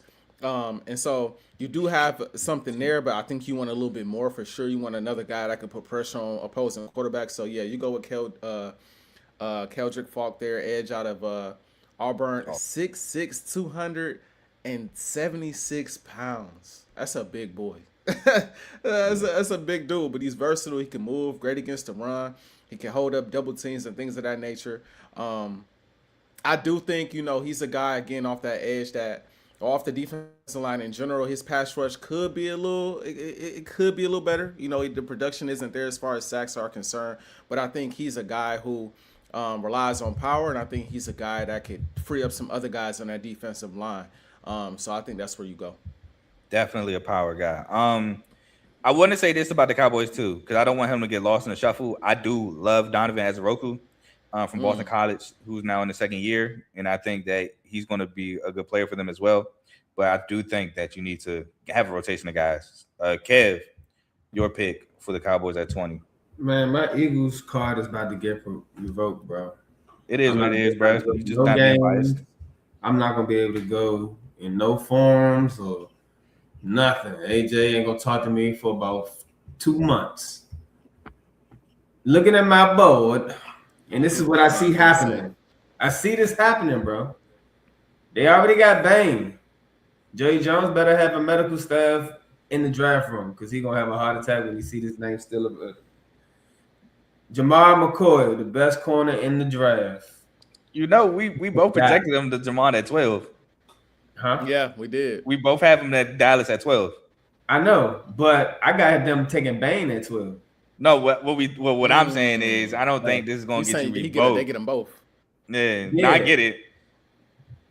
I think they're going to end up getting them both of them, bro. That's just me. They getting Jamar McCoy, man. It is what it is. I ain't worried about it right now, but that's some good future foundational pieces. I ain't gonna lie. Yeah, I like it. I mean, great pick. I mean, you get them later for sure. Next, we got the draft host city, my rival. But y'all know me on CTC. I don't show bias. We got the Pittsburgh Steelers, and my pick is in. And this is a guy who dropped on my board, depending on how you feel about him. I have the Steelers getting it. Monroe Freeling, tackle out of Georgia. Another guy who has good measurables, who has a high ceiling, but he's another project. And I think the Steelers' O-line definitely needs to be revamped. They need help. And I think Monroe Freeling could be a guy that helps them. Now, the quarterback position for the Steelers is yet to be decided. Is A-Rod going back to play with McCarthy? Will they get Ty Simpson in this spot? I don't know, but I'm going Monroe Freeland here. AJ, who do you have for the Steelers? I got the Steelers going Ty Simpson. Well, now, honestly, do I think they'll do it? No. But should they do it? I think so. I think they need to stop going with these old veteran quarterbacks. It's not gonna get you nowhere. It's gonna get you, but so far, maybe to the playoffs in the first round exit. But you got to start taking swings again at that quarterback position. And I think Ty Simpson is a guy to do it. I mean, 65 completion percentage out of Alabama, over 3,500 passing yards, 28 touchdowns to just 5 interceptions in 2025. He's a great anticipatory thrower. He's elite in the short intermediate area. Great football IQ, solid pocket presence. He struggles with the deep ball a little bit. That's kind of a red flag to me. He struggles to get the ball, push the ball downfield. I think he also struggles with pressure from time to time. And the fact that he's only started for 15 games is a bit of an issue for me as well. But at the end of the day, man, you got to take a swing at some point, man. You got to take a swing at the quarterback position at some point. I don't think there's any other team that's going to take him in the first round. So maybe you trade back and maybe you try to get him in the second. Maybe that's your option as well. But I think if they don't trade back, because I didn't have any trades in my mock. So if you don't trade back and you're there at 21, Why not? Might as well take a gamble and go get him. And then if you want to bring back Aaron Rodgers to a guy that he can kind of sit under, or if you want to go get another veteran guy, be my guess. But I think you got to at some point go try to get the quarterback of the future. And I think for them, it could be Ty Simpson. So I got Ty Simpson at 21 to the Steelers. Okay, if your pick is in. I got the Steelers. Interesting board. I got the Steelers making an unconventional pick, to be honest with you. I have them. They could go receiver to me. I wouldn't be surprised if they took Omar Cooper, to be honest here. You think they go receiver after trading for Pittman? For who? Oh, they did get Pittman. They traded for Michael Pittman. You're right. Scratch that. Sorry, I forgot all about that, to be honest. Well, with that said, I'm just gonna go into it. Chase Bissonatis, but most people have him going like second round, but I think he's the second best inside. Second best guard in the draft. They need to boss up that O-line a little bit more, to be honest with you. That's what I got them rolling with.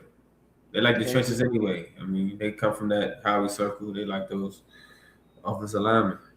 Chase Biscottis, Texas A&M. Not mad at that. I hope they go Ty Simpson because I think we would light him up. But next, we got the Los Angeles Chargers on the clock. And my pick is in. And as a South Carolina fan, I'm picking too many Clemson players. But I have them going Peter Woods, defensive tackle out of Clemson. A guy who is a violent player, good first step, athletic for his size, strong hands, gives shed blocks. He might get you a surprisingly amount of sacks at that defensive tackle position.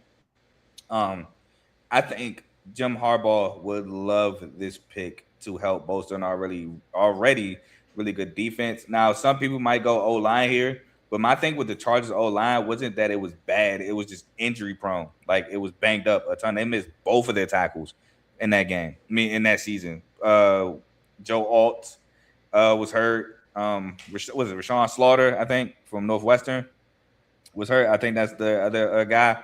But I think the Chargers O-line will be fine when healthy, and I think they go Peter Woods. AJ, who do you have for the Chargers? So I got Monroe going right here. Monroe Freeland. Really? Tackle from Georgia. Yes, I do. I have him going right here. I think that, again, you said it. The Chargers' offensive line was banged up last year. And so you could say they have talent at the position.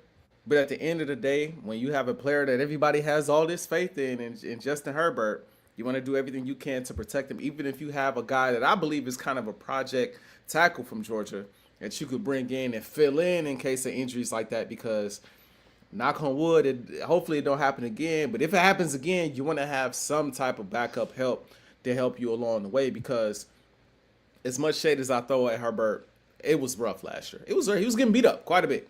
I mean, against us, he ran for his life. I think he rushed for the most yards in the entire game. If I'm not, or no, he didn't have more than Saquon. But no, I'm about to say Saquon had that big run. Yeah, he had that big run, but he had the most rushing yards on his team, and so he was running for his life. I never seen him run as much, and so I think you go offensive line help here. He's not the greatest from what I've seen on tape as far as run blocking, but and he lacks a little experience, but he is athletic. He does have quick feet. He's very solid as a pass protector, and he's another guy that does pretty well dealing with the stunts and blitzes and things of that nature. So I think that's the move that they go right there at 22. Yeah, I think if they go Freeland, I think he won't start. I think he'll be like a depth piece. I ain't mad at it because, like you said, and like we both said, O-line definitely has some injuries. But I think I ain't mad at it. Kev, who do you have for the Chargers at 22? I got them taking. I like the Peter Woods pick. I ain't gonna lie to you, but I got them taking edge with what's his name? The edge rusher that's about to retire soon. That's about to retire. Oh, for Khalil Mack? Yeah, with Khalil Mack on his way out the door. I got Kendrick Flock going off the board right here. Oh, yeah, he's still on your board. Okay. I like it. Yeah, Kendrick Flock, I think he's going to fall a little bit. I think he could also go to Dallas too, maybe, but again, I got them taking Bain early, so yeah, I got Kendrick Flock coming off the board right here. All right, and we're gonna move on from the Chargers. Normally, I will go first, but this is y'all team. So AJ, with the Eagles on the clock, I'm gonna let you pick first. AJ, who do you have the Eagles selecting? I was hoping you would do that. I was hoping Come you on, would man. pass the baton to me, man. Let me take over for the Birds, man. If y'all ain't been paying attention to AJ's Birds, I'm doing a special draft episode pretty soon, so y'all make sure y'all tune into that. Listen, man, this pick is gonna ruffle some feathers. I know it is. Some Eagles fans are like, bro, really? This is what we doing? This is what we doing? Yes, this is what we're doing. This is what we're doing with the 23rd pick in the NFL draft, right? The 2024, no, was it 2024? Whichever year we won the Super Bowl, defending champs. 2025, bro. There we go, 2025. Super Bowl champion, Philadelphia Eagles are picking Omar Cooper, receiver out of Indiana. Why? Because AJ Brown is out of here. Why am I surprised? Why? AJ Brown is out of here. Yes, we are making this pick right here at 23. If we trade back and he's still there, we better get him. If he is there, I think this is the move that we make. I think he pairs really well with Smitty, Hollywood, and Wick. Shout out to the additions that we made, because he's not a crazy speedster. Even though he can move, even though he can run, he's more of a physical guy, can create separation, great at breaking tackles, solid route runner. He's got reliable hands. He can play in the slot. He can play on the outside.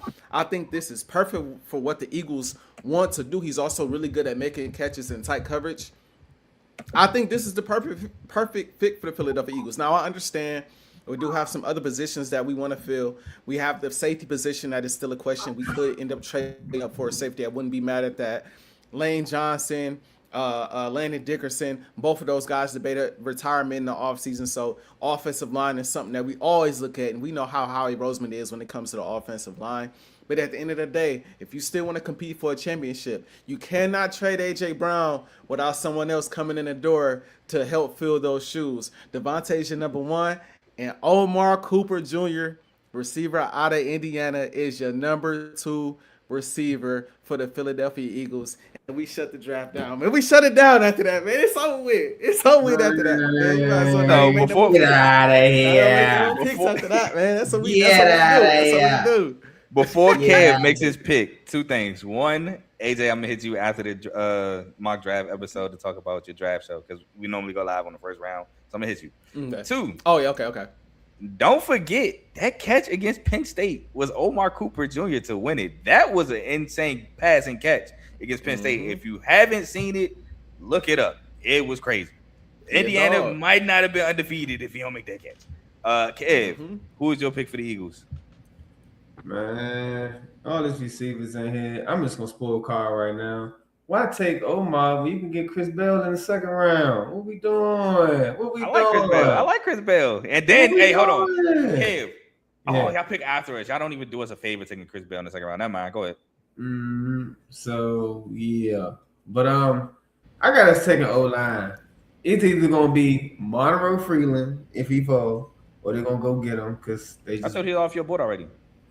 Yeah, I know that. That's what I'm just throwing it out there. Okay. But the consensus pick for me, I keep running into it every single time, is the offensive tackle out of Arizona State, who's also a freak of nature. Max Inhenaker, or whatever his name is. I gotta read it. Inhenaker. Max Enocker. We're just Yeah, gonna go with something that. like that. Mad Yeah. Max. I feel you.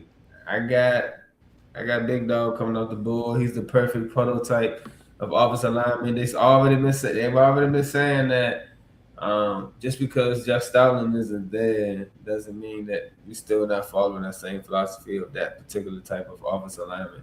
And they saying also that if a guy like that, we draft a guy like that, it might even give Jeff Stoutland a reason to want to work with him. So I don't have us going a receiver first round unless we get like a Jordan Tyson or something like that. I just don't. I can't see it. I was trying my best. I tried to on my thing. I can't see it happening. I don't think he's that caliber of a guy to where we go out of our way to go receive him today. We got plenty of options in the second round. My only pushback to that. Look, my only pushback to that Go is ahead, you Carl. have Smitty. He don't have to be that caliber guy with Smitty there. You don't. You're right. But again, they want a certain style of guy, and he does fit what you place him with AJ. But it's I'm not saying he's a strong receiver. I know he is, but I'm just saying though. It's literally perfect. By the way, I know people now high on Wicks and stuff like that, but they love that guy. Like I like Wicks. And you know how he famous for going to get people that he couldn't draft. Like if he missed you in the draft, he gonna go get you when he can. I like Wicks. I mean, Wicks not receiver 2 though. Like he not. Nah, he not. But again, he gonna compete for receiver 3 with Hollywood. They feel like he got the upside to be receiver 2. So I don't got them going receiver just off the strength of we replacing AJ with this guy. That'd be crazy. Cause he ain't AJ. He ain't AJ. No, we're replacing AJ with Devontae at receiver 1, and we're replacing Devontae. He ain't Smitty either. 2, and we filling in from there. He ain't Smitty either. I'm sorry. I get what AJ. I agree to disagree. I'm not on the AJ philosophy Carl. either. I'm not on your, but I'm not with your philosophy either though. But you see it though. You see I it. see it. I agree to disagree. I'm sorry, especially with. Go ahead, Kev. No, I disagree to disagree. I don't see. I'm thinking from a hobby perspective too. I just don't see him doing that with an offensive lineman like that on the board. Now, who your top offensive lineman on the board right now? With mine on the board. So my top offensive lineman on the board might not be y'all pick though. It might not be, but who is it? The top 2 on the board right now is probably, I would say Max and Caleb Loma. Okay, and who your top 2, AJ? I got looks like Blake Miller and Caden Proctor. Oh, see, I you don't got got them Proctor on the taking board. Caden now. Not now. I don't see them taking Caden, but I even see us trading back to be honest. So I don't see us taking the wide receiver first round unless it's Tyson to be honest. I think that's the guy they're in love with in the first round. That's just my opinion though. I wouldn't be too enthused about being Omar. I ain't gonna lie. It'd be cool, but I'd be like, all right. Shoot. That's just me personally. Well, we can move along. Buddy a dog. So my pick is in. I'll let the Eagles fans go first as they team. And I'm on the philosophy of Kev. But Kev said this player's name earlier, and I said interesting. And I could see y'all trading back and still getting this guy. I have the Eagles selecting Chase Posadas out of Texas A&M. Oh, God, we do need God too, though, yeah. But there's the thing, though. He was also a tackle before he moved to guard, so he has the position versatility. They like that too. Yeah, and I know the Eagles love that, so that's why I have the Eagles getting Chase Posadas here. Like I said, played tackle, but he was a guard. I mean, he played tackle before moving to guard. He's strong and he has really good balance, and he'll be with guys like Lane Johnson, Landon Dickerson, Jordan Mailata. He'll have guys that can coach him up. Jason Kelsey, I know he's a center, but he's still a retrieve. I said retrieve. What am I trying to say? I don't know what I'm trying to say. He's real thought of as an O-lineman in general. He can give him some pointers and stuff like that. So I think they go Chase Posadas. And like I said, the Eagles can even move back and he still may be there. So with that being said, I like that pick. I figured y'all like it. I think we would trade back and get him though. That's what I said. I said y'all could trade back and still get him, but I figured you like that pick. That being said, we go back to the Cleveland Browns on the clock at 24, and it's my turn again. And with the 24th pick, I got the Browns getting Denzel Boston, wide receiver out of Washington, who I love Denzel Boston. Yeah, I saw that too. Yeah. Denzel Boston, he got some speed. He's good in the open field. Yak guy, good hands. He also can make some contested catches. Decent route. I would say solid route runner. I love me some Denzel Boston out of Washington. Was the main guy there. Put up numbers with Damar Williams. I think he'll do great with Cleveland. He has a tight end with Harold Fanning. He has a deep threat with Isaiah Bond. He got I ain't gonna call him his nickname. He got Jerry Jeudy. I think Jerry Jeudy's still there. I want to say he's still there. I don't think he's a free agent. I think he'll come into Cleveland and do well. So give me Denzel Boston to the Browns. AJ, your pick is in. I got Blake Miller, tackle out of Clemson, going to the Browns right here. Like I said, you got to bolster their offense. You got to for the Browns. I'm just looking at the trenches. You can go a lot of different ways. I went edge earlier. Now I'm just going to the offensive line now. I mean, he's got great mobility. He's very smart out there. Got great football IQ. He's great with his hands. And really good in pass protection. So I think he's a plug and play starter for the Cleveland Browns potentially at the position for your vet in college. And so anybody that you could bring in that has that experience, I think is important for them, for the Browns on the offensive line to help Shador Sanders, give him some time to throw the football from the pocket. So I got Blake going there. And yeah, Joe, you already know, man, AJ out of there. I'm sorry, he gone, bro. I ain't trying to deal with that no more. I love you, AJ, bro. Respect it. I'm not gonna be mad if AJ stays. Don't get me wrong. I'm not gonna be mad. I'm like, all right, let's rock out. I'm not gonna be, but I'm trying to see us. I'm trying to see us go get a youngster and let Devontae go crazy. That's what I'm trying to see. So, You got time. All right, Kev, your pick for the Browns is in. Who do you have? I got them taking Omar Cooper on the wire. Yeah, I got him taking Omar Cooper, man. If this happens, I will be pissed. I will be pissed if this happens, bro. Pissed if this happens, bro. Oh my gosh, yes, I will be. They already got their offensive lineman. I ain't gonna lie, I missed your pick, AJ. Who you had them taking? Ruben Bain, right? Brad. I got talking about the Browns, right? I got them taking Blake Miller. Nah, the first. The first pick I got them taking. Yeah, Ruben Bain. Blake Miller. Oh, okay, yeah. Yep. My fault. I like Blake Miller too. I ain't gonna lie. I like him as a prospect, but yeah, I got them taking Omar Cooper here. They need a receiver to pair with Shador, whoever they go game as a quarterback. Who knows at this point? I'm sure it should be Shador day one, or is it gonna be Deshaun Watson? We talked about that earlier. It's rumored. Yeah, so I mean, like I say, he's not a bad prospect. I just don't see Philly. Like if we had a different GM, didn't have Howie in mind, I can see us doing that, but I don't see Howie making that move. So I got Cleveland running with Omar Cooper. Yeah, I like receiver here. I think we all went O-line for one of the picks, and then receiver. No, AJ didn't go receiver. AJ went O-line, D-line. Yeah, O-line, D-line. But I like O-line receiver. We're moving on to the Chicago Bears. Shout out Caleb Williams, got the Bears to the second round. I think that was further than what Mr. Trubisky did, right? Because y'all beat them in the first round, correct? So. Of the double doink. Yep. Classic. Yep. I ain't gonna lie. I think I was rooting for the Bears because of my boy Luke. But no offense to y'all, it's just that was my guy in college. But anyway, I feel you. My pick is in for the Bears, and I have the Bears getting Akeem Mesidor, edge out of Miami. I think this is a spot where it's great value here. Late first round, you get a first round. Edge rusher who's very aggressive. Again, has some injury concerns. But when he does play, he does make plays, and he's very athletic. So I think that helps the Bears D-line out a ton, which will, in theory, help their secondary out, who was a little banged up. Kyler Gordon was banged up. Jalen Johnson was banged up. So I think they get Akeem Mesidor here. And AJ, your pick for the Bears. So I got the Chicago Bears going safety out of Toledo. I got them going Emmanuel McKeel Warren. That's where I got or McNeil Warren. Reminds me of what's bro for the Wolves, Nikhil Alexander Walker. That's what his name kind of remind me of. He on the Hawks now. He left the Wolves and he's prospering. Right. Yeah. And he balling. Yeah, he balling. Yeah. But no, I got them going there with that pick. Just a guy that can create turnovers, man. 11 forced fumbles, 5 interceptions throughout his college career. Can play a little box safety too here and there.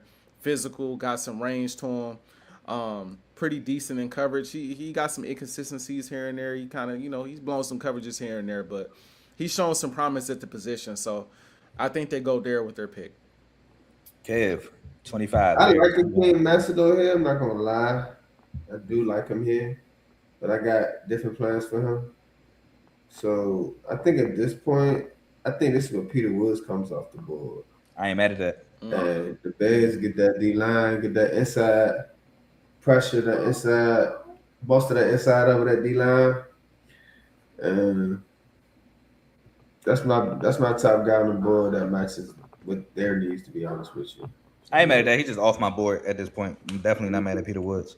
We're gonna move on because it's getting kind of late. We're gonna move on to the Bills. Shout out Mr. Four times, Josh Allen, 4 turnovers. I gotta get my shot in. But the Bills, my pick is on the clock, and they traded for a receiver in DJ Moore, and I think they go and get another one.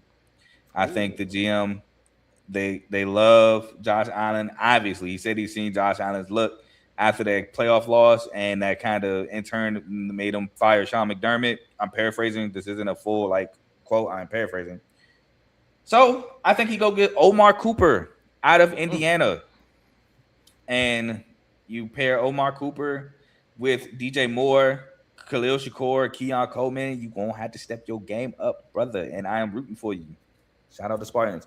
But I think Omar Cooper is just going to be a guy who can make tough catches for them, who can create separation, a strong receiver, a solid route runner. I think the Bills go receiver here and get Omar Cooper. I was thinking safety at first, but then they signed CJ GJ and they got Geno Stone. So I was like, nah. And I like their linebackers. So, and Terrell Bernard and Matt Milano, even though Matt Milano's constantly hurt. So I went to the offensive side of the ball and got Omar Cooper Jr. AJ, who do you have for the Bills? So right here for the Buffalo Bills, them boys was 28th last year against the run. They could not stop the run and save their life. I thought about receiver, right? But seeing as they already made the trade for DJ Moore, I didn't think they would reach for one right here. Seeing as though you might be able to get one in the I think they got a second round pick, so you might be able to get a solid one in the second round if the receiver. Okay, it might have been. I think it was. Was it traded? I thought they traded. I think it was. I'm not sure. I'm looking it up right now. Okay, I don't think they gave away, or they might have gave a second in their fourth, maybe.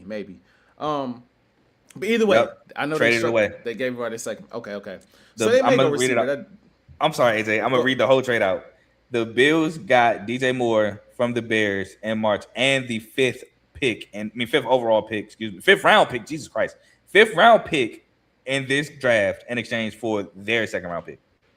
Got you. So they may go receiver. That is a very solid pick. But like I said, they struggled against the run quite a bit. So I got them going and getting an elite run stopping defensive lineman in Caden McDonald. I think he's the direction that they go in. Like I said, he comes in. I think he helps immensely with that run defense. Like I said, great against the run. A lot of strength. Very violent with his hands. Can shed blocks. So I think that literally fits their need. So I think that's the direction that they go in. So the reason why I'm gonna disagree with you here is because of Big Ed Oliver, and allegedly I'm seeing that they're supposed to be running a 3-4. So if you get a D tackle with Ed Oliver, maybe they maybe they'll have a Greg Russo on one side and like an outside linebacker on another, and then have Russo and McDonald, but. That's why I kind of stayed away from the trenches. And I also think a lot of that was to do with part 2. I think Matt Milano was out for a lot. Terrell Bernard was out. So I think that kind of has something to do with their run defense. But I'm not mad at the philosophy of building to stop the run. I thought you were going to go linebacker, though. Yeah, I did too. Fair. But, and yes, Jeff, we all got Omar Cooper Jr. going 3 different places. Kev is on the clock. And we see this. We see that. We see that you keep on talking about Deshaun ain't starting for the Browns, but he better not, bro. That's why he threw that comment up there twice. Cut it out, man. Cut it out, Joe. Cut it out. That's why I said I guess you ain't hear it. I was like, yeah, we kind of talked about that earlier, but I don't think Joe was here when we talked about it, because when we talked about it during the Browns 1st round pick, I kind of brought it up like, yeah, it doesn't seem like Shador is the penciled in starter, and then you talked about Deshaun Watson. That's crazy. Yeah. I got Akeem Messador going to the Bills. Edge. I think they take edge, but to circle back, I do like personally. I like Caden McDonald over Peter Woods. Me personally. Really? So, if I was a Bears GM, I would have took him, but I don't see. I think most of the GMs or the NFL circles, they, you know what I'm saying, they got Peter Woods a little higher. So, but yeah, I like Peter Woods. I feel like Peter Woods. I feel like Clemson in general just didn't perform as well as he was supposed to. That goes to T.J. Parker. That goes to Peter Woods. That just goes to the whole offense, defense, everything. But I think Peter Wisdom is the best D tackle in the draft. But we can agree to disagree. We're going to move on from the Bills to Dave's 49ers. Both of y'all don't like the 49ers. And the 49ers, my pick is in. And I have the 49ers getting Ty Simpson. No, I'm playing. I have the 49ers getting just a Brock Purdy joke. But I'll be trolling Dave with Brock Purdy sometimes. But Caleb Lomu, tackle out of Utah. They need O-line help, 100%. And I feel like Trent Williams will be a great teacher to Caleb Lomu, who played with Spencer Fanu at Utah. Caleb Lomu is athletic, has good balance, and he's good in space. So I think that'll be good to help protect Brock Purdy, who can actually run Brock Purdy, that is actually a better athlete. He's a decent athlete. But I like Caleb Lomu here to bolster that O-line. AJ, who do you have for the 49ers? Their defense was awful last year, and one of the biggest issues that they have is they couldn't create pressure on the quarterback. I understand they had some issues at that position as well, some injuries at that position as well, but they couldn't create no pressure, so quarterbacks had all day back there. So with that in mind, I went with Cassius Howe out of Texas A&M. Elite speed. He got great bending ability. He's very diverse. He's got a very high motor. So that's where I'm going with that pick right there. I think they got to get some help on that defensive line. I love Cassius Howe. I love that pick. Kev. I do too. I just feel like he's been falling. I feel like he's been falling a lot. He might even slide to the second round for some reason. It's some red flags I've been like reading about this team. But yeah, for the 49ers, I think they go O-line. I'm actually going to run with Blake Miller though. I think Blake Miller is a better fit for what they like to do. So I'm with Carl, but I see Blake Miller going to the 49ers over Lomu. I still have Lomu on my board, by the way. So, all right, cool. Yeah. We move on to the Houston Texans, who also need O-line help, but CJ Stroud, that's not an excuse for you, buddy. And with my pick being in for the Houston Texans, I have Max here. Max Ian Arthur from Arizona State, who's another project player. Started playing football late. Very raw prospect, but he has really good lateral quickness. And they need a tackle. They lost what's his name to the Commanders last year, Laramie Tunsil to the Commanders last season. They need a tackle. They need to protect CJ. And this is me, him, and Miller are like the best tackles left on my board. But I think they go Max here. AJ, who do you have for the Texans? You said it for me. You said it for me as far as them needing our offensive line help. I think they need it bad. They might want to go quarterback. I don't even know who available at quarterback, but the way CJ been looking, I mean, I might have to reach. I might have to, hey, who available? But of course, I wouldn't do that. I will, but I wouldn't at the same time. I would think about it. I'm going Caden Proctor here, out of Alabama. He's still on my board. Obviously, he got the elite size, lane pass, very strong, a lot of power, very, very effective against as a run blocker, very effective, very agile. So that's what I'm going for the Texans. Kev, Houston Texans, pick is in.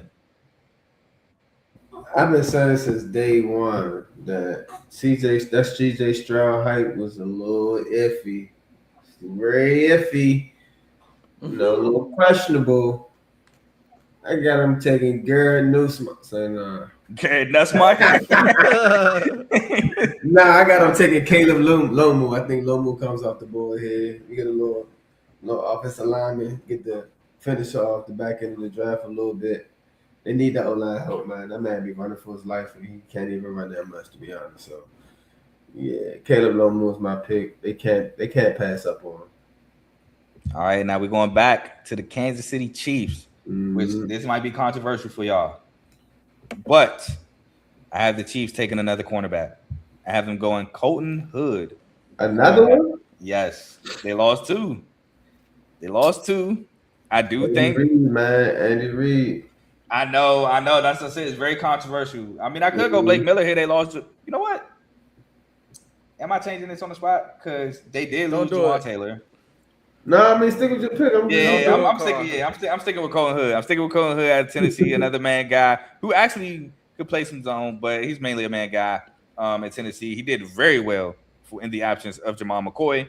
And now you have both of your corners replaced by in this first round and the rest of the draft free reign to help out the Kansas City Chiefs. I know, very controversial, I will admit, but I have them getting Colin Hood out of Tennessee. AJ, who do you have for the Chiefs? I'm gonna one up. So the reason why I told you not don't to do tell it me, because I felt like I was stupid. Oh my God!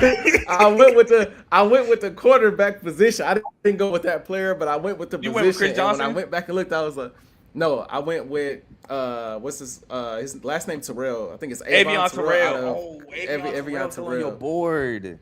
Yeah, I went with Avion Terrell at this position.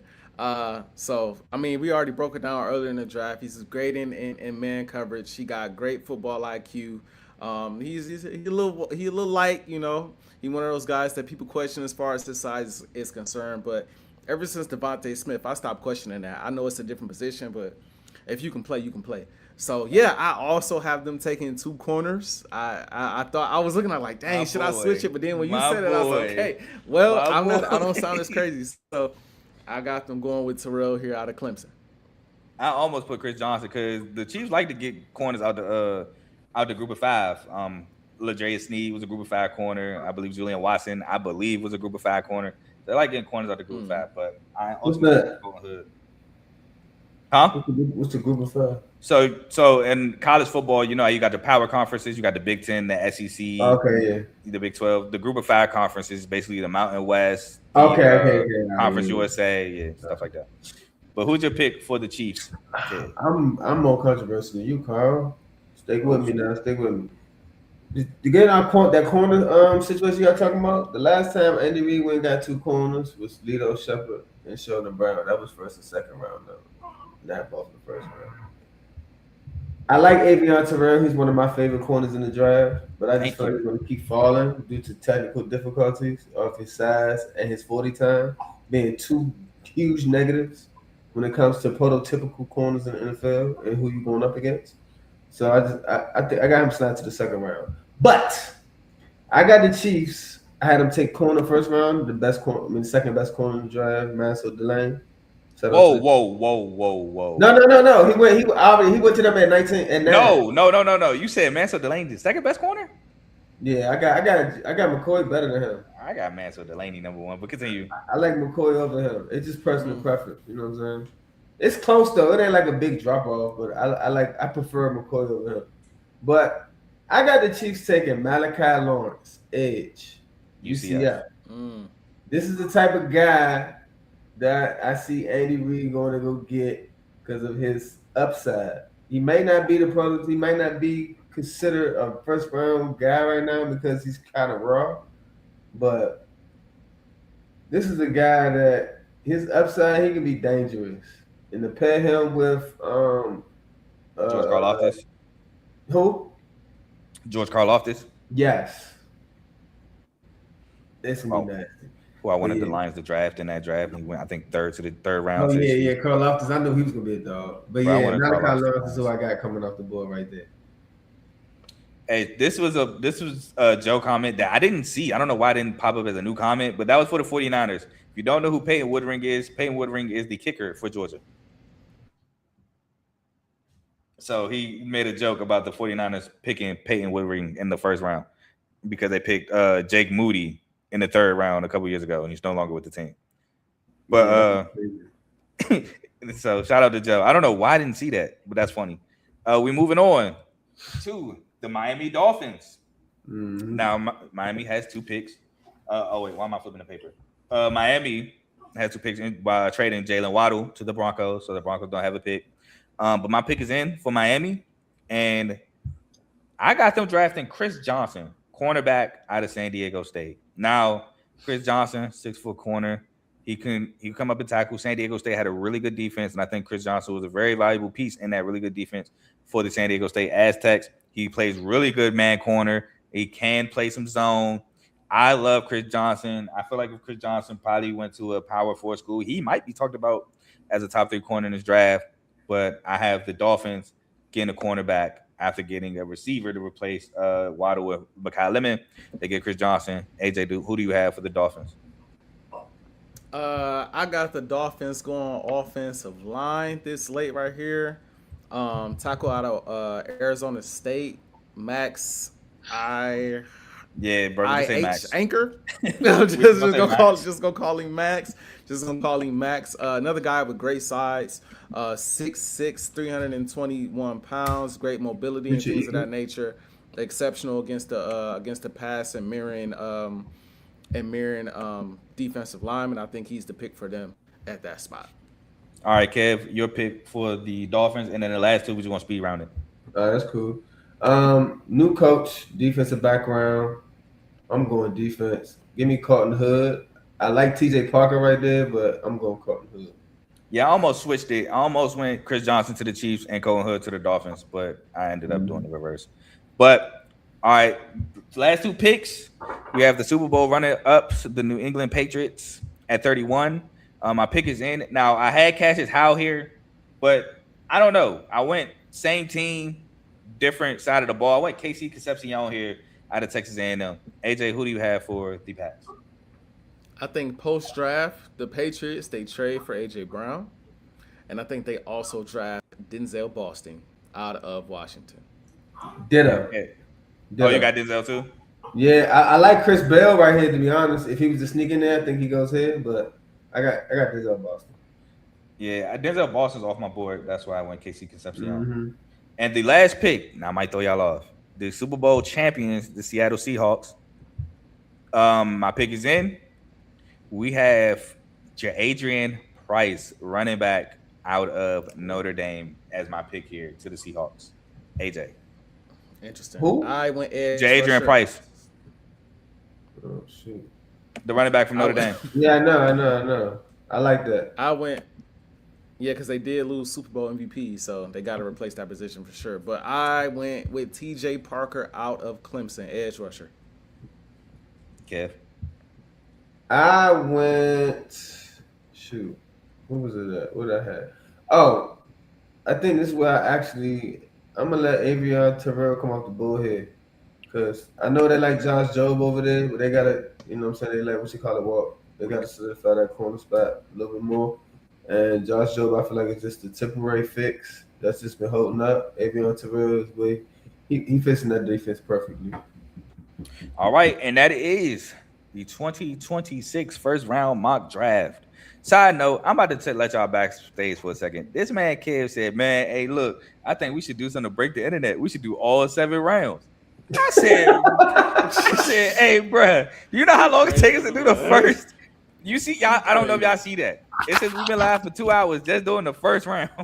Now you multiply that by 7, you got to go out of work. He crazy. We gotta start like 6 o'clock in the morning. Right. We about to speed round every pick. Every pick is a speed round. We ain't explaining nothing. Pick, move on. But appreciate y'all who stuck with us.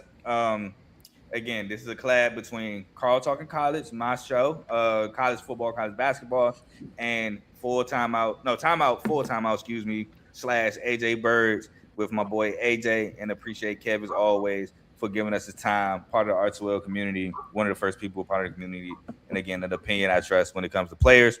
So with that being said, we're going to do last words. AJ, last words. Yeah, man, I appreciate the collab today, man. It's always fun doing these mock drafts. It gets me right back in that mindset and that mode to talk about the draft. Every time I do this, I get even more excited to watch the draft, to kind of line my picks up. Let's see where this player fell, who's still on my board that's still, so it's always a fun thing to do, man. I'm interested in seeing what my Birds do. I'm interested in seeing what the Ravens do. I'm interested in seeing what the rivals do. It should be a fun draft. Like I said, we deep at a lot of different positions, so it should be fun. But I appreciate the collab as usual. And then shout out to my boy Kev, my fellow Eagle brother. We don't always agree, but we on the same team. We fly together. We fly together. You know what I mean? So that's my dog. And, of course, appreciate everybody watching my channel. Appreciate everybody watching with R2L community. Make sure y'all like, subscribe. And if you're watching on my channel and this is your first time hearing from my guy Carl, CTC, Carl talking college, this man, first off, the man know all sports, let's be clear. He know all sports pretty well, but when it comes to that college, that boy bring up names you never heard of. Like the man is like a dictionary when it comes to college sports. So make sure y'all subscribe to the channel, like, show him some love, especially if y'all are into college football, college basketball, things of that nature. But outside of that, man, that's all I got. Appreciate you. And I want to shout out Joe for producing this whole background change. I kept seeing me swap through. That was all Joe.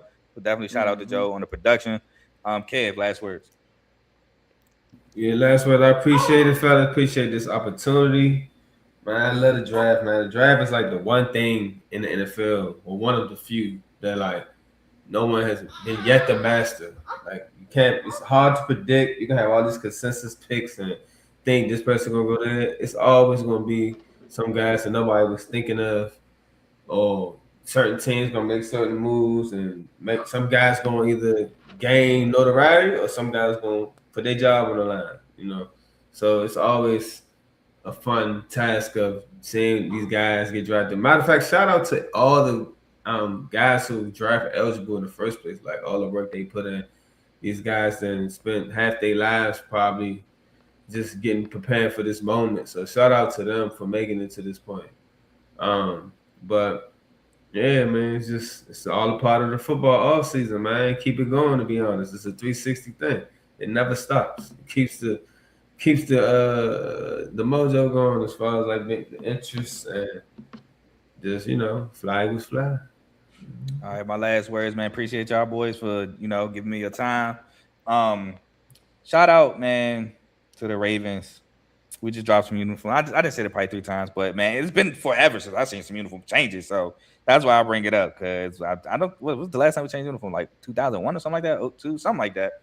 Whatever. But also, man, just good luck to everybody in the draft. We have a draft show next Thursday from 8 to 12. Kev's normally a part of that. I think Kev told me he's on for that. So we will live watch the draft. We talk about each pick. It's a 4-hour episode, man.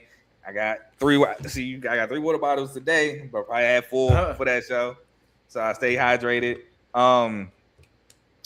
But one thing I do want to say, man, the UFL, man, it's been some really good football. We had another game. We had Thursday night football tonight. Louisville beat the Houston Gamblers by 2 in overtime. So shout out to Louisville for their first win on the season. The Gamblers fall to 1-3. Louisville moves to 1-3. We got some football tomorrow with the UFL. And last but not least, man, like I said, man, everybody good luck with the draft. But like, comment, share, subscribe. It helps the channel. It helps the network. Speaking of the network, we have shows on the network. Those shows are the main show featuring Joe, Tomo, and Dave, which we took their spot today, but they will be back Saturday morning. I know I will be a part of the show. AJ, are you coming on Saturday to talk about the playoffs? Oh, nah, I think you got work, right? Did you ask me just now? Yeah. What you say? I didn't catch the question. What you say? My bad. Did you are you coming on Saturday morning to talk about the playoffs? Oh, I wouldn't be able to. No. We know Kev ain't coming on. Them boys ain't making no type of noise in the, you know what I'm saying? But anyway, forever. Don't do me like that, man. I mean, last year ain't forever. But anyway, well, we're gonna move on. We got Unfazed featuring this guy right here, AJ and Joe. Y'all going live next week? Yeah, we're going live tomorrow. Oh, tomorrow. There we go. Yep. Tomorrow. You got a time yet or no? We think 8:30. 8:30 your time or 8:30? 8:30 my time, 9:30 your 8:30. Yep. So 9:30 Eastern, 8:30 Central Time. So please check that out. Very fun debate show with Joe and AJ. We have BWT, Baseball with Teddy. Teddy, I have a voice message I'm about to come in the chat with, but my Tigers down 2 outs, got to win 6 straight, swept back-to-back series. AJ's Twins actually swept my Tigers in a 4-game series. I'm mad about that. But, yeah, man, we're finally above 500. But make sure y'all check out BWT, Baseball with Teddy. He dropped an episode recently. We have Coach Coombs. I'm not going to say this on live because I don't know if he announced it yet, so we're going to still call it FFC. But Coach Coombs, Fantasy Football Show, be on the lookout for him. Draft night, he may be with us, but he does a lot of fantasy football talk, so make sure you tune into that. RBO, Real Ballers Only, his Magic. They on the verge. They better win them all or they out the playoffs. But NBA show featuring Vaughn. So make sure whenever he drops an episode, you tune into that. We have Dave's Doghouse highlights. His boy been looking a little suspect out there, man. I hate to see it. I hate to see it. I hate to see it for him. He definitely got to show up and show out tomorrow. Dave's Doghouse highlights and lowlights of sport. So make sure you check that out. I think he did an episode last week. And we have In the Red Corner boxing show, boxing episodes featuring Ty, Ricky, and Tomo. Featuring they just focus on nothing but boxing. They go live on Sundays, not every Sunday, but when they do go live, it is on Sunday at 6:30. So make sure you check them out for all your boxing needs. And the last two shows are newer additions to the channel. We have Zero Sports Talk with Griffey, who does pre-recorded episodes and drops them. So make sure you just subscribe to the R2L channel and look out for those. And we have AJ Spurs on Timeout for Timeout, where he goes live, and you don't know what you're going to get from AJ. He could be, just passionately. I think the last two episodes have been rage episodes where he's just letting out a bunch of anger. So tune in because you're going to get some entertainment for sure. And Kev, I want to say this too. I dropped the ball last year. I'm going to do it this year for sure, though. If we predict a pick correctly, I will timestamp it, and I will have it out as a reel. So I'm going to try my best to not drop the ball on that this year. I did it I dropped the ball last year. So I got you. But please like, comment, share, subscribe to all the channels on the network. It helps the network grow. And if you like what you're listening to, stick with us. That's all I got for you. Oh, we got for y'all today. I'll be back Thursday. AJ and Joe will be back tomorrow. But we are gone. Peace.